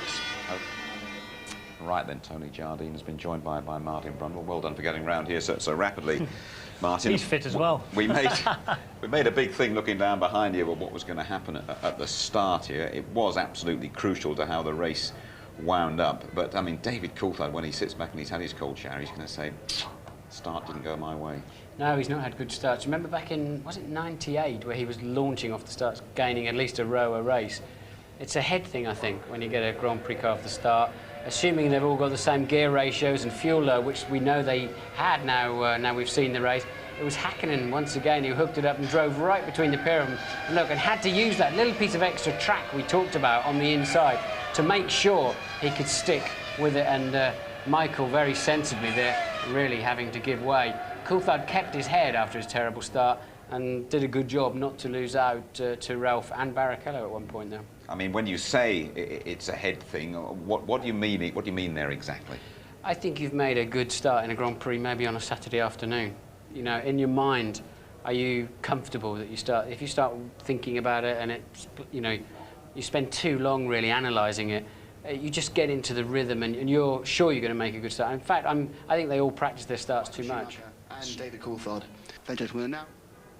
Well, listen to that. I don't think that Mika Häkkinen's a betting man, do you? It didn't seem too chuffed to be made favourite for the world title. But any best guess about what he did to his motor between yesterday, when we saw him with his head in his hands worried, and today? No, I mean, I don't think you can really hazard a guess at that. What I would say in general terms is that this is a very low grip circuit. And the last time McLaren did very well in a low grip circuit was in France. and you need really good traction here. And think from France onwards, McLaren have done like new rear diffuser, new suspension. Mercedes, Ilmor have worked really hard on the mapping of the engine. I mean, so fuel efficient, and for Häkkinen to go like, he must have had a hot water bottle in his overalls full of fuel or something, I thought at one stage. But you know, it's just that overall package. Ferrari have done a lot of work as well, but they're dawning on Schumacher that, God, we're behind them again. He needed to win here. We're going to these fast circuits now where McLaren and Mercedes could have an edge. Absolutely. Let's, well, Mika Häkkinen a little bit sort of hedging his bets as to whether he is a favourite, but with 5 to go, this is how things look now. And I think just looking at that, Martin, you've put a line through Rubens Barrichello's challenge now. I think we were probably clutching at straws anyway, really, there, I think it's then there were 3, really, after today, because he was a long way behind the pace. He said it wasn't a circuit that suited him. The gap to Michael looked 13 points, so really it's now down to 3 men. Unless, as I said in the commentary, something very bizarre happens in the next few races and Michael doesn't score any points. I think he will now have to fall into line and support Michael. And of course, Coulthard will have to stay pretty close to Häkkinen to make sure he's not having to play that role again in the last race or 2. All along, Michael Schumacher has said that Mika Häkkinen, the world champion, is his main challenger. Are you now starting to see it that way as well? I think Mika didn't know what to say to answer that question. But the whole season has ebbed and flowed. I mean, after 4 races, you wouldn't have given anybody a prayer other than Michael Schumacher to have this championship sewn up by this race, for example. Nigel Mansell won the World Championship in 92, wasn't it, at this event in August. So we thought Michael was going to do the same thing. I don't think it, you know, the pattern is, though, as I said, Mika Häkkinen, 32 points out of a possible 40 in the last 4 Grand Prix. That's ominous, isn't it? It's ominous, and it's a terrific performance from McLaren. Ron Dennis, the McLaren team boss. Goodness me, what a day they have had here today. Here he is chatting to James. Well done, Ron. You're now leading both championships. I bet that feels pretty sweet. It'll feel better in the morning. Mika found some amazing speed today. He drove very well. I mean, we were able to control the race. And we're a bit disappointed we didn't come first and second. I think we could have done it, but first and third's pretty good. Why is that though, Ron? Because DC just didn't. He looked to me as though he could have gone a bit longer in the race. You know, it wasn't a perfect race. Close to perfect, but not perfect. But championship's still wide open. It's nice to go away from here leading both championships, but it's a long way to go. Thank you. Long way to go. It's going to be very exciting. We'll look more at David Coulthard in a couple of minutes' time. But Jenson Button had another impressive performance here today. But there was one incident when Fisichella spun right in front of him, Tony, and he did very, very well to stay in the race, didn't he? Yeah, he did. It was coming out of turn 1. You see, Fisichella was already wide there, and he was having brake balance problems. And there's Button very, very nearly collected him there. But at the same time, Eddie Irvine just slipped through and took the 7th place, which they were all fighting for at that moment. We thought actually the Jaguar would go a little bit better, but there was damage done to the Benetton, and Fisichella was in and out of the pits after that and eventually retired. We were having a little giggle before the race, Tony, weren't we, when Rubens Barrichello was saying, I'm not quite sure what's going to happen if Michael's behind me and I'm leading. And I think right behind us here, wasn't it? Yeah. We had a little indication as if anybody had any doubts. Yeah, I mean, OK, although they were on different strategies and Schumacher had already been into the pits, if it was drivers that were fighting for position, the driver in Barrichello's case there would have been going like crazy until his pit stop in the next 2 laps or whatever it was. Probably the radio was blasting away, so let him through, because, you know, he was back in 5th place at that time, Schumacher, and he needed to get on and up. He's the number 1, there's no question or doubt about it. It doesn't matter what De Montezemolo says. Well, let's get the Ferrari viewpoint, shall we? Ross Brawn, the man who does so much for them. Backstage, here he is, chatting to James. Bad luck, Ross. Guess it wasn't really your day today. Are you surprised by the speed of Häkkinen?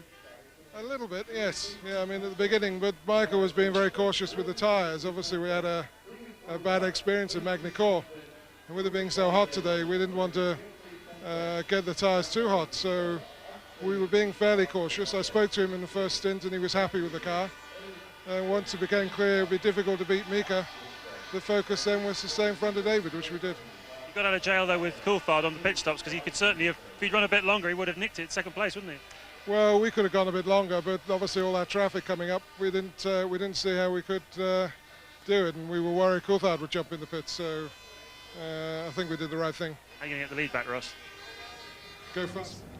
It's fair to say the quality of the work in the pits was quite outstanding today, but I want to talk to you, particularly from a driver's perspective, about Marc Genet holding up David Coulthard, and you never know, it could even have cost McLaren the 1-2 here. Yeah, I think this blue flag waving system, you're allowed to pass 5 of them, then you get a stop-go penalty. Genet was on an in-lap. He held Coulthard up earlier in the race. Whether it's just coincidence or what, I don't know. And this is, I think, one of the earlier ones of that. In fact, no, I think Genet's wondering now. He's getting radio calls. I've got to come in, are you sure? What's that all about? And just didn't yield to Coulthard at all, having let Schumacher pass easily and still pinched Coulthard into the fastest corner on the circuit. And that cost David about 1.5 seconds. And we saw the net result of that when they exited the pits. David exited the pits, he just couldn't get up alongside Michael into the first corner. So, but that's give and take. I mean, from Grand Prix to Grand Prix, some of those you win, some you lose. But Genet played a key role, really, in the race today. I mean, is that a driver in the zone concentrating and so much noise in his ears, or is that Genet being a little bit tricky and not playing the game? I don't think he was targeting Coulthard, I have to say. I think he was just being a bit gormless, frankly. I think it was not enough substance to soak up the echoes in the head there temporarily. I think he probably couldn't. He was probably having a discussion, why am I going to come in again? Because or words to that effect. Yeah, something like that. But we used to have a situation where passing back markers was a key element, one of the skills to win or get good places in Grand Prix. This blue flag system came in, and now everybody needs to be having the same advantages, or they should just switch the whole thing off and let drivers demonstrate their prowess in clearing the back markers. Tony, then we saw how crucial that was when David Coulthard came out of the pits, and he could have been ahead of Michael Schumacher, but he wasn't. Yeah, I mean, there he is coming in, and it is a superb pit stop. It's Michael Nigline and his team from Woking, the boys there doing a superb job, 6.6. And there he goes, out on his way. Now, looking down the end of the pit straight, you just see where Michael is. And this is how close it was. Just for a moment we thought, no, not quite did it, but look at this, just a whisker in it there. And David out onto the racing line, and he could have just done, as Martin said, that's down to Genet, unfortunately. But as James said, I think he could have gone a little bit longer on the field. If he'd stayed out, he could have got ahead that way. But as Ross pointed out, I think they were just coming up to some back markers, so you've got to read the race as well. You can't stick rigidly to a strategy, and I think both teams saw a queue of back markers. We remember Hakkinen cleared them very easily, all in one lap. One movement, yeah. And then Schumacher and Coulthard came up to them, so I think they both elected to pit early. One of the drawbacks of the Hungaroring is that if you want to get past somebody, it is virtually impossible, and if that fellow is Michael Schumacher, you could almost say it's totally impossible. Well, you can pass Michael, as David's shown on several occasions. Not but here, though, not here, unless you've got a clear car advantage, or if he's damaged his tyres in some way and he starts struggling into the braking zones. Coulthard here, almost the mandatory distance behind that the aerodynamics dictate. That's what they've got to sort out. You can't just keep changing the racetracks, sort the aerodynamics out. But, I mean, you said in the commentary you were looking for places where perhaps Coulthard could have done it. I mean, was there anywhere where you thought he had a chance there, or perhaps he'd have nicked it there, or was it just no way? I think, as I said, Coulthard had a car that was a little bit faster, but not significantly enough in any one particular element, traction, braking, turn in, or anything that was going to put him in a position to have a go, and anything was just going to be a crazy big slide up the inside. But even then, he didn't get a sniff of that, and it didn't surprise me at all. Michael's car was working well enough to keep David at bay, but I have to say, the driving today has been brilliant. In fact, all through the weekend, very few incidents. I thought in the first corner, there was supreme skill, and we had a lot of fuss about unfair driving, but today, Michael yielded to Hakkinen and gave him just enough space. And Coulthard right in the middle there between Ralph and Barrichello. Supreme driving all the way through the field today, and the pit stops were brilliant. They were. Tony, what have you made of the way that the world champion Mika Hakkinen has returned to form in the last few races? Well, it coincides with what he did this time last year, because he'd had 5 very bad races, and he just recovered from the big crash at Hockenheim as well. He came back here and restored all his confidence. What I see now is the 2 championship battles that he's gone through. Incredible hard work is all that he's learned and soaked up through those 2 years. It's now coming menacingly into practice now for Ferrari, who must be scratching their heads as well. And he's the sort of dark horse that's come through now and has become the championship favourite, whether he acknowledges it or not. Yeah. A superb performance from all round. It's a great team performance from McLaren, especially on the technical side as well. I think, Martin, you mentioned all the Jaguar top brass are here. Johnny Herbert is coming to the end of his Jaguar career, as we know, and a little spin for him at the end that, well, it sums him up really. It not sums the way things have gone for him. Yes, but later on we saw Johnny spin again with an intermittent engine, and this could almost have been the same thing, although Villeneuve, I think, did surprise him there. I think Johnny's on a ramp down now to the end of his Grand Prix career. I don't think the arrows touched him. I'm pretty certain it didn't. In fact, I'm sure it didn't now, watching it again. Johnny had an engine that was misfiring, and if it suddenly cuts on you at a crucial time, locks the rear wheel slightly, and around you go. Let's have a word, shall we, with Jenson Button. Another fine performance from the 20-year-old British driver at the Hungary. Jenson, a tough race for you? A bit disappointing, really, because I was in 7th position behind Frentzen. We had a chance of getting some points, and Cal was working well. I think we didn't have the best traffic in the world, I think, but that was a problem for everyone. And then about halfway through, on about the 30th lap, I think it was, 35th lap, just after my first pit stop, I had a problem with the throttle. Every time I went on the throttle, it wasn't full throttle. I don't know if you saw on the speed traps, but it's about 22 k's down or something. So that's why I slowed down towards the last half of the race, and Irvine and Trulli were able to get past. How aware were you of them catching up and pushing up behind you? Obviously a lot, because the team were telling me, and it says on the pit board, but I couldn't do anything. I was pushing as hard as I could. There you go. It must be a bit frustrating sitting there just waiting for them to go by. Yeah, very frustrating, seeing when the car was working well as well. So, but there you go. Benetton bound, Jenson Button. Sum it all up for us both, could you? You first, Tony. Well, I think in Ferrari's case, they'll be examining really all the aerodynamics, all the mechanics. Whether they were getting their tyres working properly is another issue for them. But the big issue, the big picture is, will that Ferrari jinx come and strike again? You know, will they be the bridesmaid yet again? Who knows? They're falling behind. Hackinen's engineer's briefcase will be very heavy on the way home tonight. It'll be full of paperwork, and he's got to write it all up tomorrow in a report that will go into the system. They've just been tweaking that car, not even tweaking it actually, major changes, and they hit the sweet spot, and didn't he drive it brilliantly? Right, thanks very much. Before our highlights on ITV2 on Monday, and next, top speed. We go to Spa, qualifying 11:30, the race live 12:15 on Sunday, highlights 11:25. When the temperatures soar, look no further than the Iceman. The Finnish fans will have a ball in Budapest tonight. Bye-bye.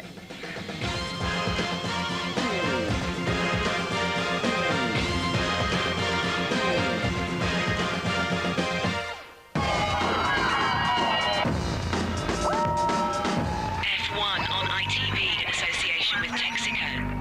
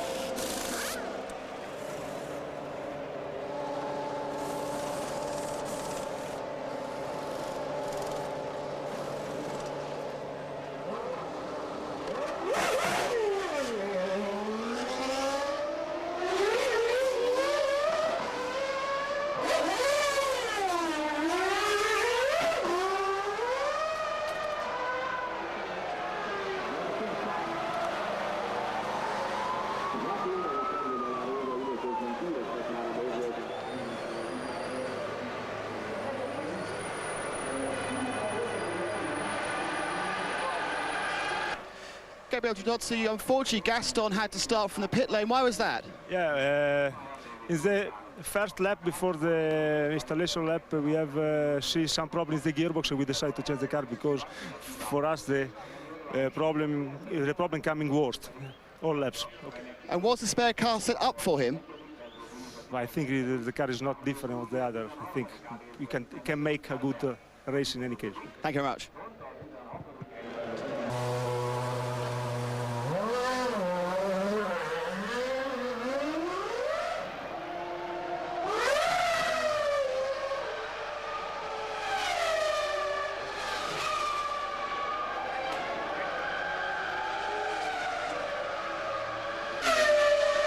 John Walton, John Lazy in and out of the pits twice there. What's going on?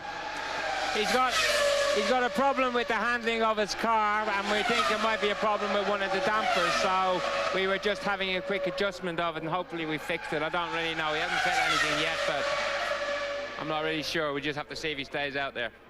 He put a lot of wheel spin down as he left the pits. Did he hit the pit wall? He's in a hurry.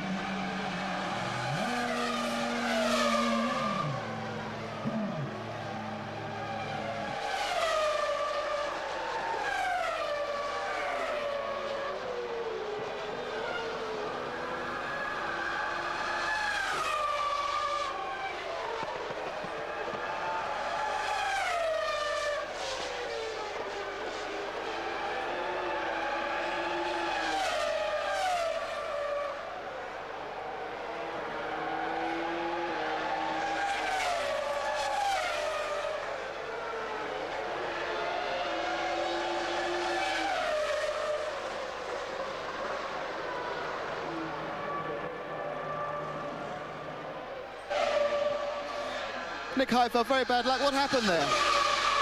It felt like a gearbox problem. I was not able to go in first. When I was in first, it jumped out again. How was the actual car handling? How was tyre wear? Sorry? How was the tyre wear out there? For me, it was quite good because we struggled for all the weekend, but now the setup was a lot better. I was able to keep the pace of the guys in the back at least. I was quicker, but it's not possible to overtake. So I hope for the pit stop. Very bad luck, thank you.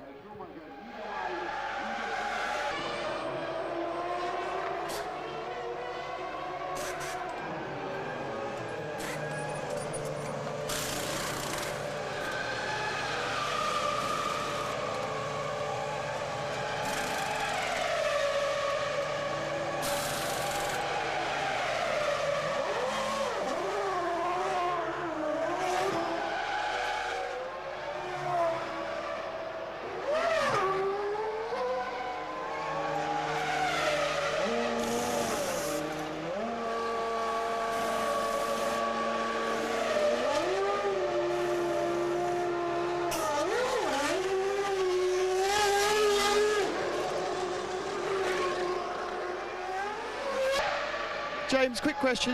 Ralph seemed to lose time. The pit stop, was there a problem? Basically, in the pit stop, we got a crossed left front wheel nut. Obviously, cost us a couple of seconds. Barrichello got us because of that. Thanks a lot.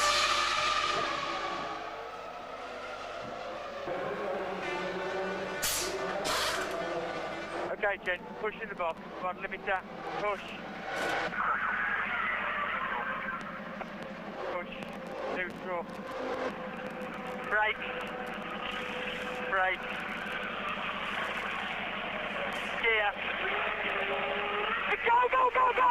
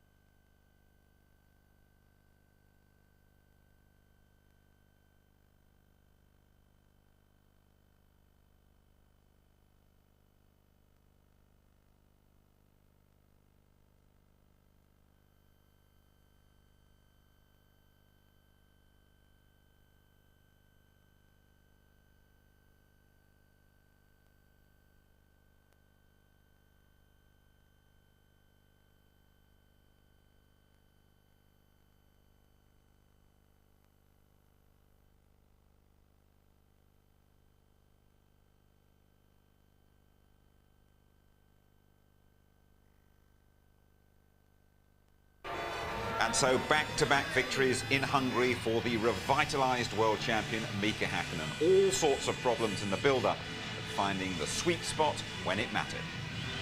It has been a very difficult weekend for me. I haven't been able to really perform in the speed what I wanted to. We've been struggling basically, like I've been admitting whole weekend. Engineers, mechanics has done a massive work all the way through the weekend.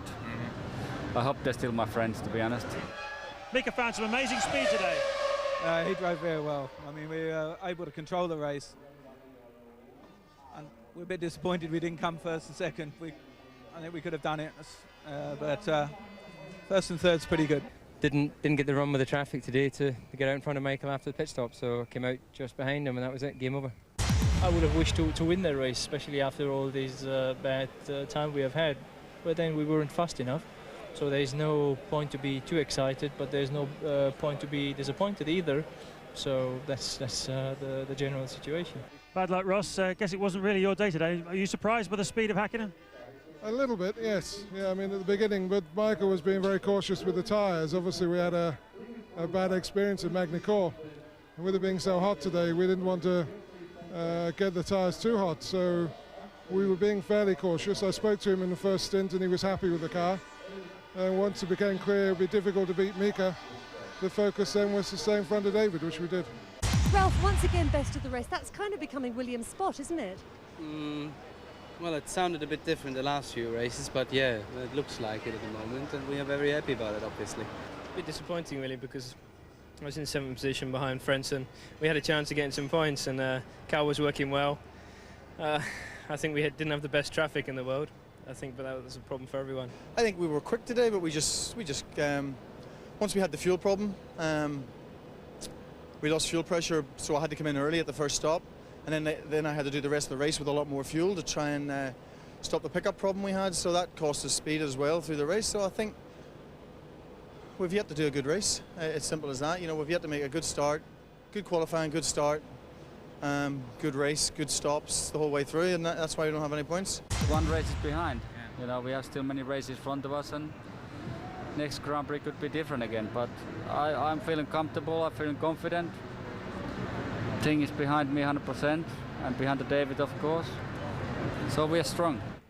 5 to go then. Häkkinen out front for the first time. 32 points in the last 4 races. Take him a couple clear of Michael Schumacher and 6 ahead of Coulthard. Barrichello effectively out of the title race. Ralf Schumacher moving a couple of points closer to Fisichella. McLaren with 14 points scored today, overtaking Ferrari, desperately close between the heavyweights. Ralf Schumacher keeping Williams third, and Frentzen takes Jordan up alongside the non-scoring BAR. Now then, Tony Jardine, we talked a lot about the importance of the start. Mika Häkkinen was away and there was no catching him. It literally launched him into the lead and the victory that he wanted, and denying Ferrari and Michael Schumacher of a victory that was so important to them with just 2 points between them. Look at this here, an incredible amount of wheel spin for David Coulthard. He's having to struggle there with Ralf Schumacher on his inside. But look at this, look where Häkkinen is, right on the inside, and he just squeezes past Michael Schumacher to take the lead. But he's come from third on the grid. Admittedly, he was on the grippier side on the racing line. And there's Coulthard fighting with Ralf Schumacher as well. It was a brilliant start by Häkkinen. Schumacher a bit tentative there, perhaps? I think he was. He said before the race, I've got to finish this one. So it was obviously in his mind that he'd only done 700 metres in the last 2 races. I've got to get through. So rather than be brave, he held off and gave Häkkinen some space. That's not like Schumacher, is it? Not at all. It looks as though Jenson Button and Giancarlo Fisichella could well be teammates at Benetton next season. Came a bit too close for comfort round here today. So says Murray. Murray says that he's already signed. There may be some too. Difficulties with Montoya yet. We shall find out. But yeah, I mean, Jenson Button again really, really impressed, because this is a difficult circuit to come to for the first time. Long corners, difficult to see the apexes, blind brows. But Fisichella in front of him, when they were fighting for 7th place, was having problems with his brake balance. And you see him running wide here, getting the car out of shape and actually spinning. Jenson's already wide there as well, quite well offline, and nearly collects the Italian. While all that is happening, Eddie Irvine in the Jaguar nips through into 7th place. But lightning reactions from the young 20-year-old there. After his first victory, the first victory of his career at Hockenheim, we wondered if things might change for Rubens Barrichello at Ferrari, but when it comes to it, as we saw right behind us, and Mr. Schumacher is still very much the governor there. Oh, indeed. They may well have been on different strategies, and the fact is that Barrichello was going to stop in 1 or 2 laps after that, but Schumacher had his pit stop, and he dropped to 5th place at this point, so you can imagine the radio going off inside Barrichello's car there. Let him through, let him through. That's team orders. He doesn't have a chance. He's going to have to do as he's told, especially now that Schumacher is 2 points behind in the World Championship race. Now, David Coulthard lost crucial time when he was held up by Marc Genet, and we saw that in the pit stop. He was desperate to get out ahead of Michael Schumacher, and he couldn't quite manage it. No, but it was a superb pit stop. It was very, very close indeed. Michael Negline, the chief mechanic for McLaren, and all the McLaren guys, look at that, 6.6 superb stop. Now then we were waiting to see down the pit straight. Where was Michael Schumacher? There he was, touch and go. Could David Coulthard get out? Not quite, just a whisker in it there. And of course that brought him, with that superb pit stop, right up behind Michael Schumacher, challenging for the 2nd place. David knows that he wanted those 6 points, but there was no way past. As close as he could get, then sucking in all that dirty air and eating the dust and stones from Michael Schumacher. He had to settle for 3rd place, but Genet caused that. What a contrast this weekend for Mika Häkkinen. Gloomy, miserable, worried on qualifying day. What a difference Everything. today. Well, the body language said it. This is after he'd taken this first draconian setup and just tried it. He came in and he was talking to Adrian Newey there. So look, you know, this isn't working. They kept changing the car during qualifying. They even made a change on the grid to that car. And look at him now smiling. And his trainer there giving him the old bucket treatment. In the old days, of course, that would have been full of ice as well. You know, these namby-pamby drives. That probably was warm water, you know. Thanks, Tony. Here is your complete Hungarian rundown. Hakkinen assured of P1 from the first corner. Michael Schumacher really outpaced by the McLaren. Coulthard just can't win round this place. Barrichello fourth, Ralf Schumacher fifth for Williams, Frentzen getting a point for Jordan. Then Trulli, the only one stopper. Irvine taking full advantage of Button's engine problems. Salo, the other Finn, in the top 10. Wirtz, the lone Benetton finisher. Villeneuve, he lost his nose cone on the first lap. Verstappen 13th, the arrows couldn't profit here. Then Zonta, the BAR's always struggling for grip. Genet, Coulthard's roadblock, 15th. De La Rosa, he tangled with Villeneuve and he was the last finisher. Mazzacani's engine, that blew late on, a faulty gearbox ended Herbert's race. Diniz, he went with engine failure. Fisichella's brakes finished him on lap 31 and the Prosts were the first to go. So then, just looking ahead, those are the races to come. Belgium, Italy, the USA, Japan and Malaysia. And tonight, the bookmakers, Ladbrokes, have altered their thinking on who will win the World Championship. Hakkinen, favourite for the first time, 11-10. Michael Schumacher, 6-4. They'll give you 3-1 Coulthard. Barrichello out of it at 80s. Be sure to join us in a couple of weeks' time at Spa then. The full ITV weekend service, qualifying live 11:30 on the Saturday. A 1-2 for the McLarens there last year, remember. The race live from 12:15. Highlights at 11:25. The world champion Mika Hakkinen has shown brilliant form here. He is hungrier than ever to win again. Good night.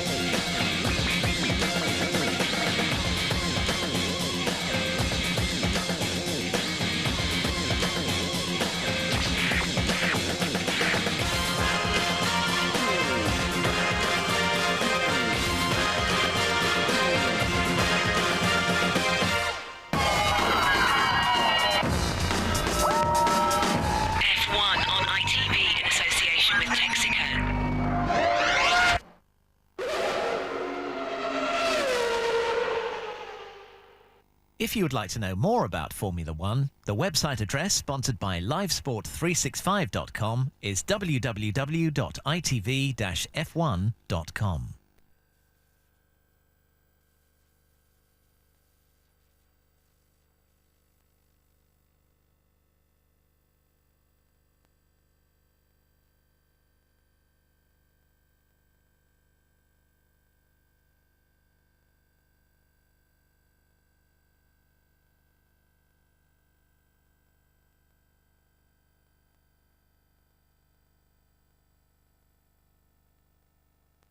For Williams next season, according to sources close to the team, Williams will announce tomorrow they're giving Button a 2-year break from his contract. That paves the way for the 20-year-old who's in his first season at Formula One to drive for another team, probably Benetton. Williams, however, will retain the right to recall him in 2003.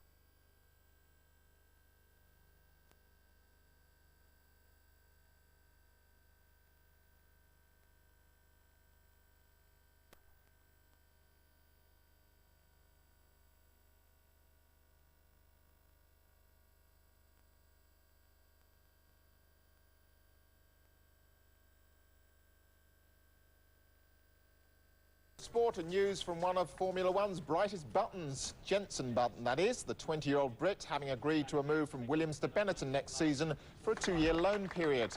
The deal, which comes after Williams rejected a $5 million buyout offer from Button's manager, leaves the team with the option to reclaim his services in 2003.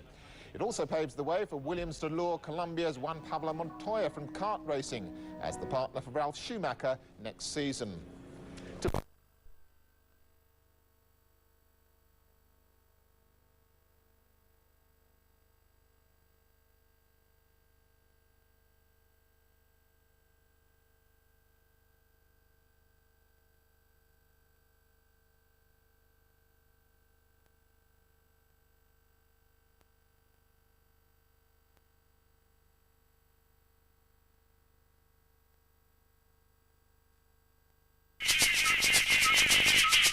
Ferragosto di fuoco. È stata una settimana calda, in modo particolare per la Ferrari che fra Fiorano e Mugello, fra critiche e polemiche, ha messo sotto torchio piloti, meccanici e ingegneri. Necessario ritrovare forze e idee per tornare in vetta alle classifiche mondiali. Uno svantaggio minimo di soli 2 punti in altre circostanze non ci avrebbe colpito così tanto, ma aver subito il sorpasso dopo aver avuto 24 punti di vantaggio ci mette in uno stato d'animo diverso. Eppure questa è la realtà. L'unico atteggiamento positivo è ritrovare la concentrazione e la motivazione per reagire. E allora giù a provare di tutto. A iniziare dalle partenze, tallone d'Achille di Schumi, che per alcuni affetto oramai da sindrome da semaforo verde, riesce a bruciare così le brillanti prestazioni e le pole position del sabato. Non è vero che siamo partiti male a Budapest, piuttosto bisogna riconoscere che Häkkinen è scattato in modo strabiliante. Sono certo però che non ha sfruttato sistemi elettronici irregolari. Nessuno può permettersi irregolarità, tantomeno noi che abbiamo alle spalle il gruppo Fiat. Ma secondo me abbiamo partito bene, solo che Mika è partito molto bene. Cioè, non possiamo dire che la McLaren ha qualcosa o parti meglio di noi, perché tu vedi che Coulthard è partito malissimo, allora non lo so, forse è un caso di fortuna. Ma non ci sono solo le partenze a preoccupare. La McLaren in Ungheria era superiore, più veloce e avrebbe vinto, anche senza lo spunto iniziale di Häkkinen. E allora ecco un nuovo motore per la Ferrari, più potente, più dolce e progressivo, collaudato dai 2 piloti titolari con lunghe serie di giri consecutivi. Non chiedetemi come si chiama, che evoluzione è, se migliora le prestazioni ai bassi regimi. Posso solo dire che è un passo avanti di cui sono soddisfatto. Il motore va abbastanza bene, credo che anche Michael era molto contento ieri con quello che ha provato. Sono molto contento da quello che vedo. Sul motore avanziamo senza problemi. Sotto esame in questi giorni anche l'aerodinamica. Ha debuttato una nuova ala anteriore ed un inedito deviatore di flusso. E poi, oltre agli esperimenti e agli sviluppi, naturalmente, occhi puntati sugli assetti specifici e sulle regolazioni adatte al prossimo circuito, quello di Spa in Belgio. A Mugello lavoriamo già col carico di Spa, cioè tutto per Spa. È una pista, Mugello si assomiglia molto a Spa, allora sicuramente è un buon lavoro, anche perché c'è molto caldo, lavoriamo al bilancio della macchina, lavoriamo a vedere se riusciamo a migliorare tutti i piccoli problemi. Sulla presunta inferiorità Ferrari, legata ad un peggiore sfruttamento degli pneumatici all'Hungaro Ring, Schumi non è però d'accordo. No, tutti gomme normale. Le 3 set normale, niente problemi. Ferragosto di straordinari dunque, di lavori forzati, ma l'atmosfera in squadra non è sofferente o cupa, al contrario. Tutti, ma proprio tutti, stiamo dando il massimo, crediamo al titolo e dopo 21 anni vogliamo portarlo a Maranello. Non siamo rassegnati, anzi, detto questo però, si ricordi che siamo tutti esseri umani capaci di sbagliare e che se non dovessimo vincerlo, questo mondiale, continueremo a vivere tutti con la coscienza di aver dato il massimo. Insieme alla Ferrari e al Mugello c'erano anche Sauber e Barr, quest'ultima scuderia anche con Villeneuve e Zonta.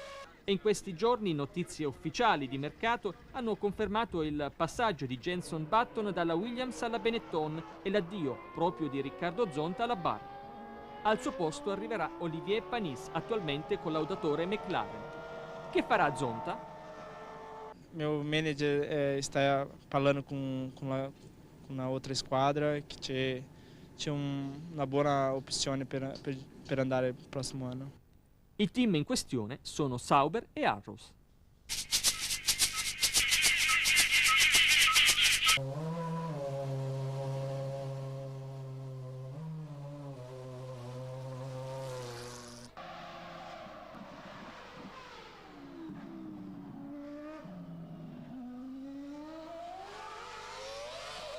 Ringrazio Monza di aver fatto questa mossa, perché secondo me c'è 2 cose molto importanti.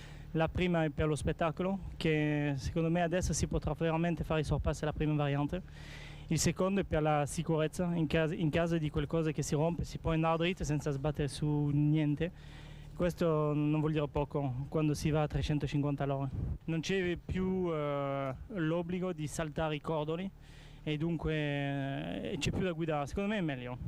Tutti sanno che la curva è veramente lenta, che prima c'è chi pensava di poter saltare per guadagnare 2 o 3 posizioni.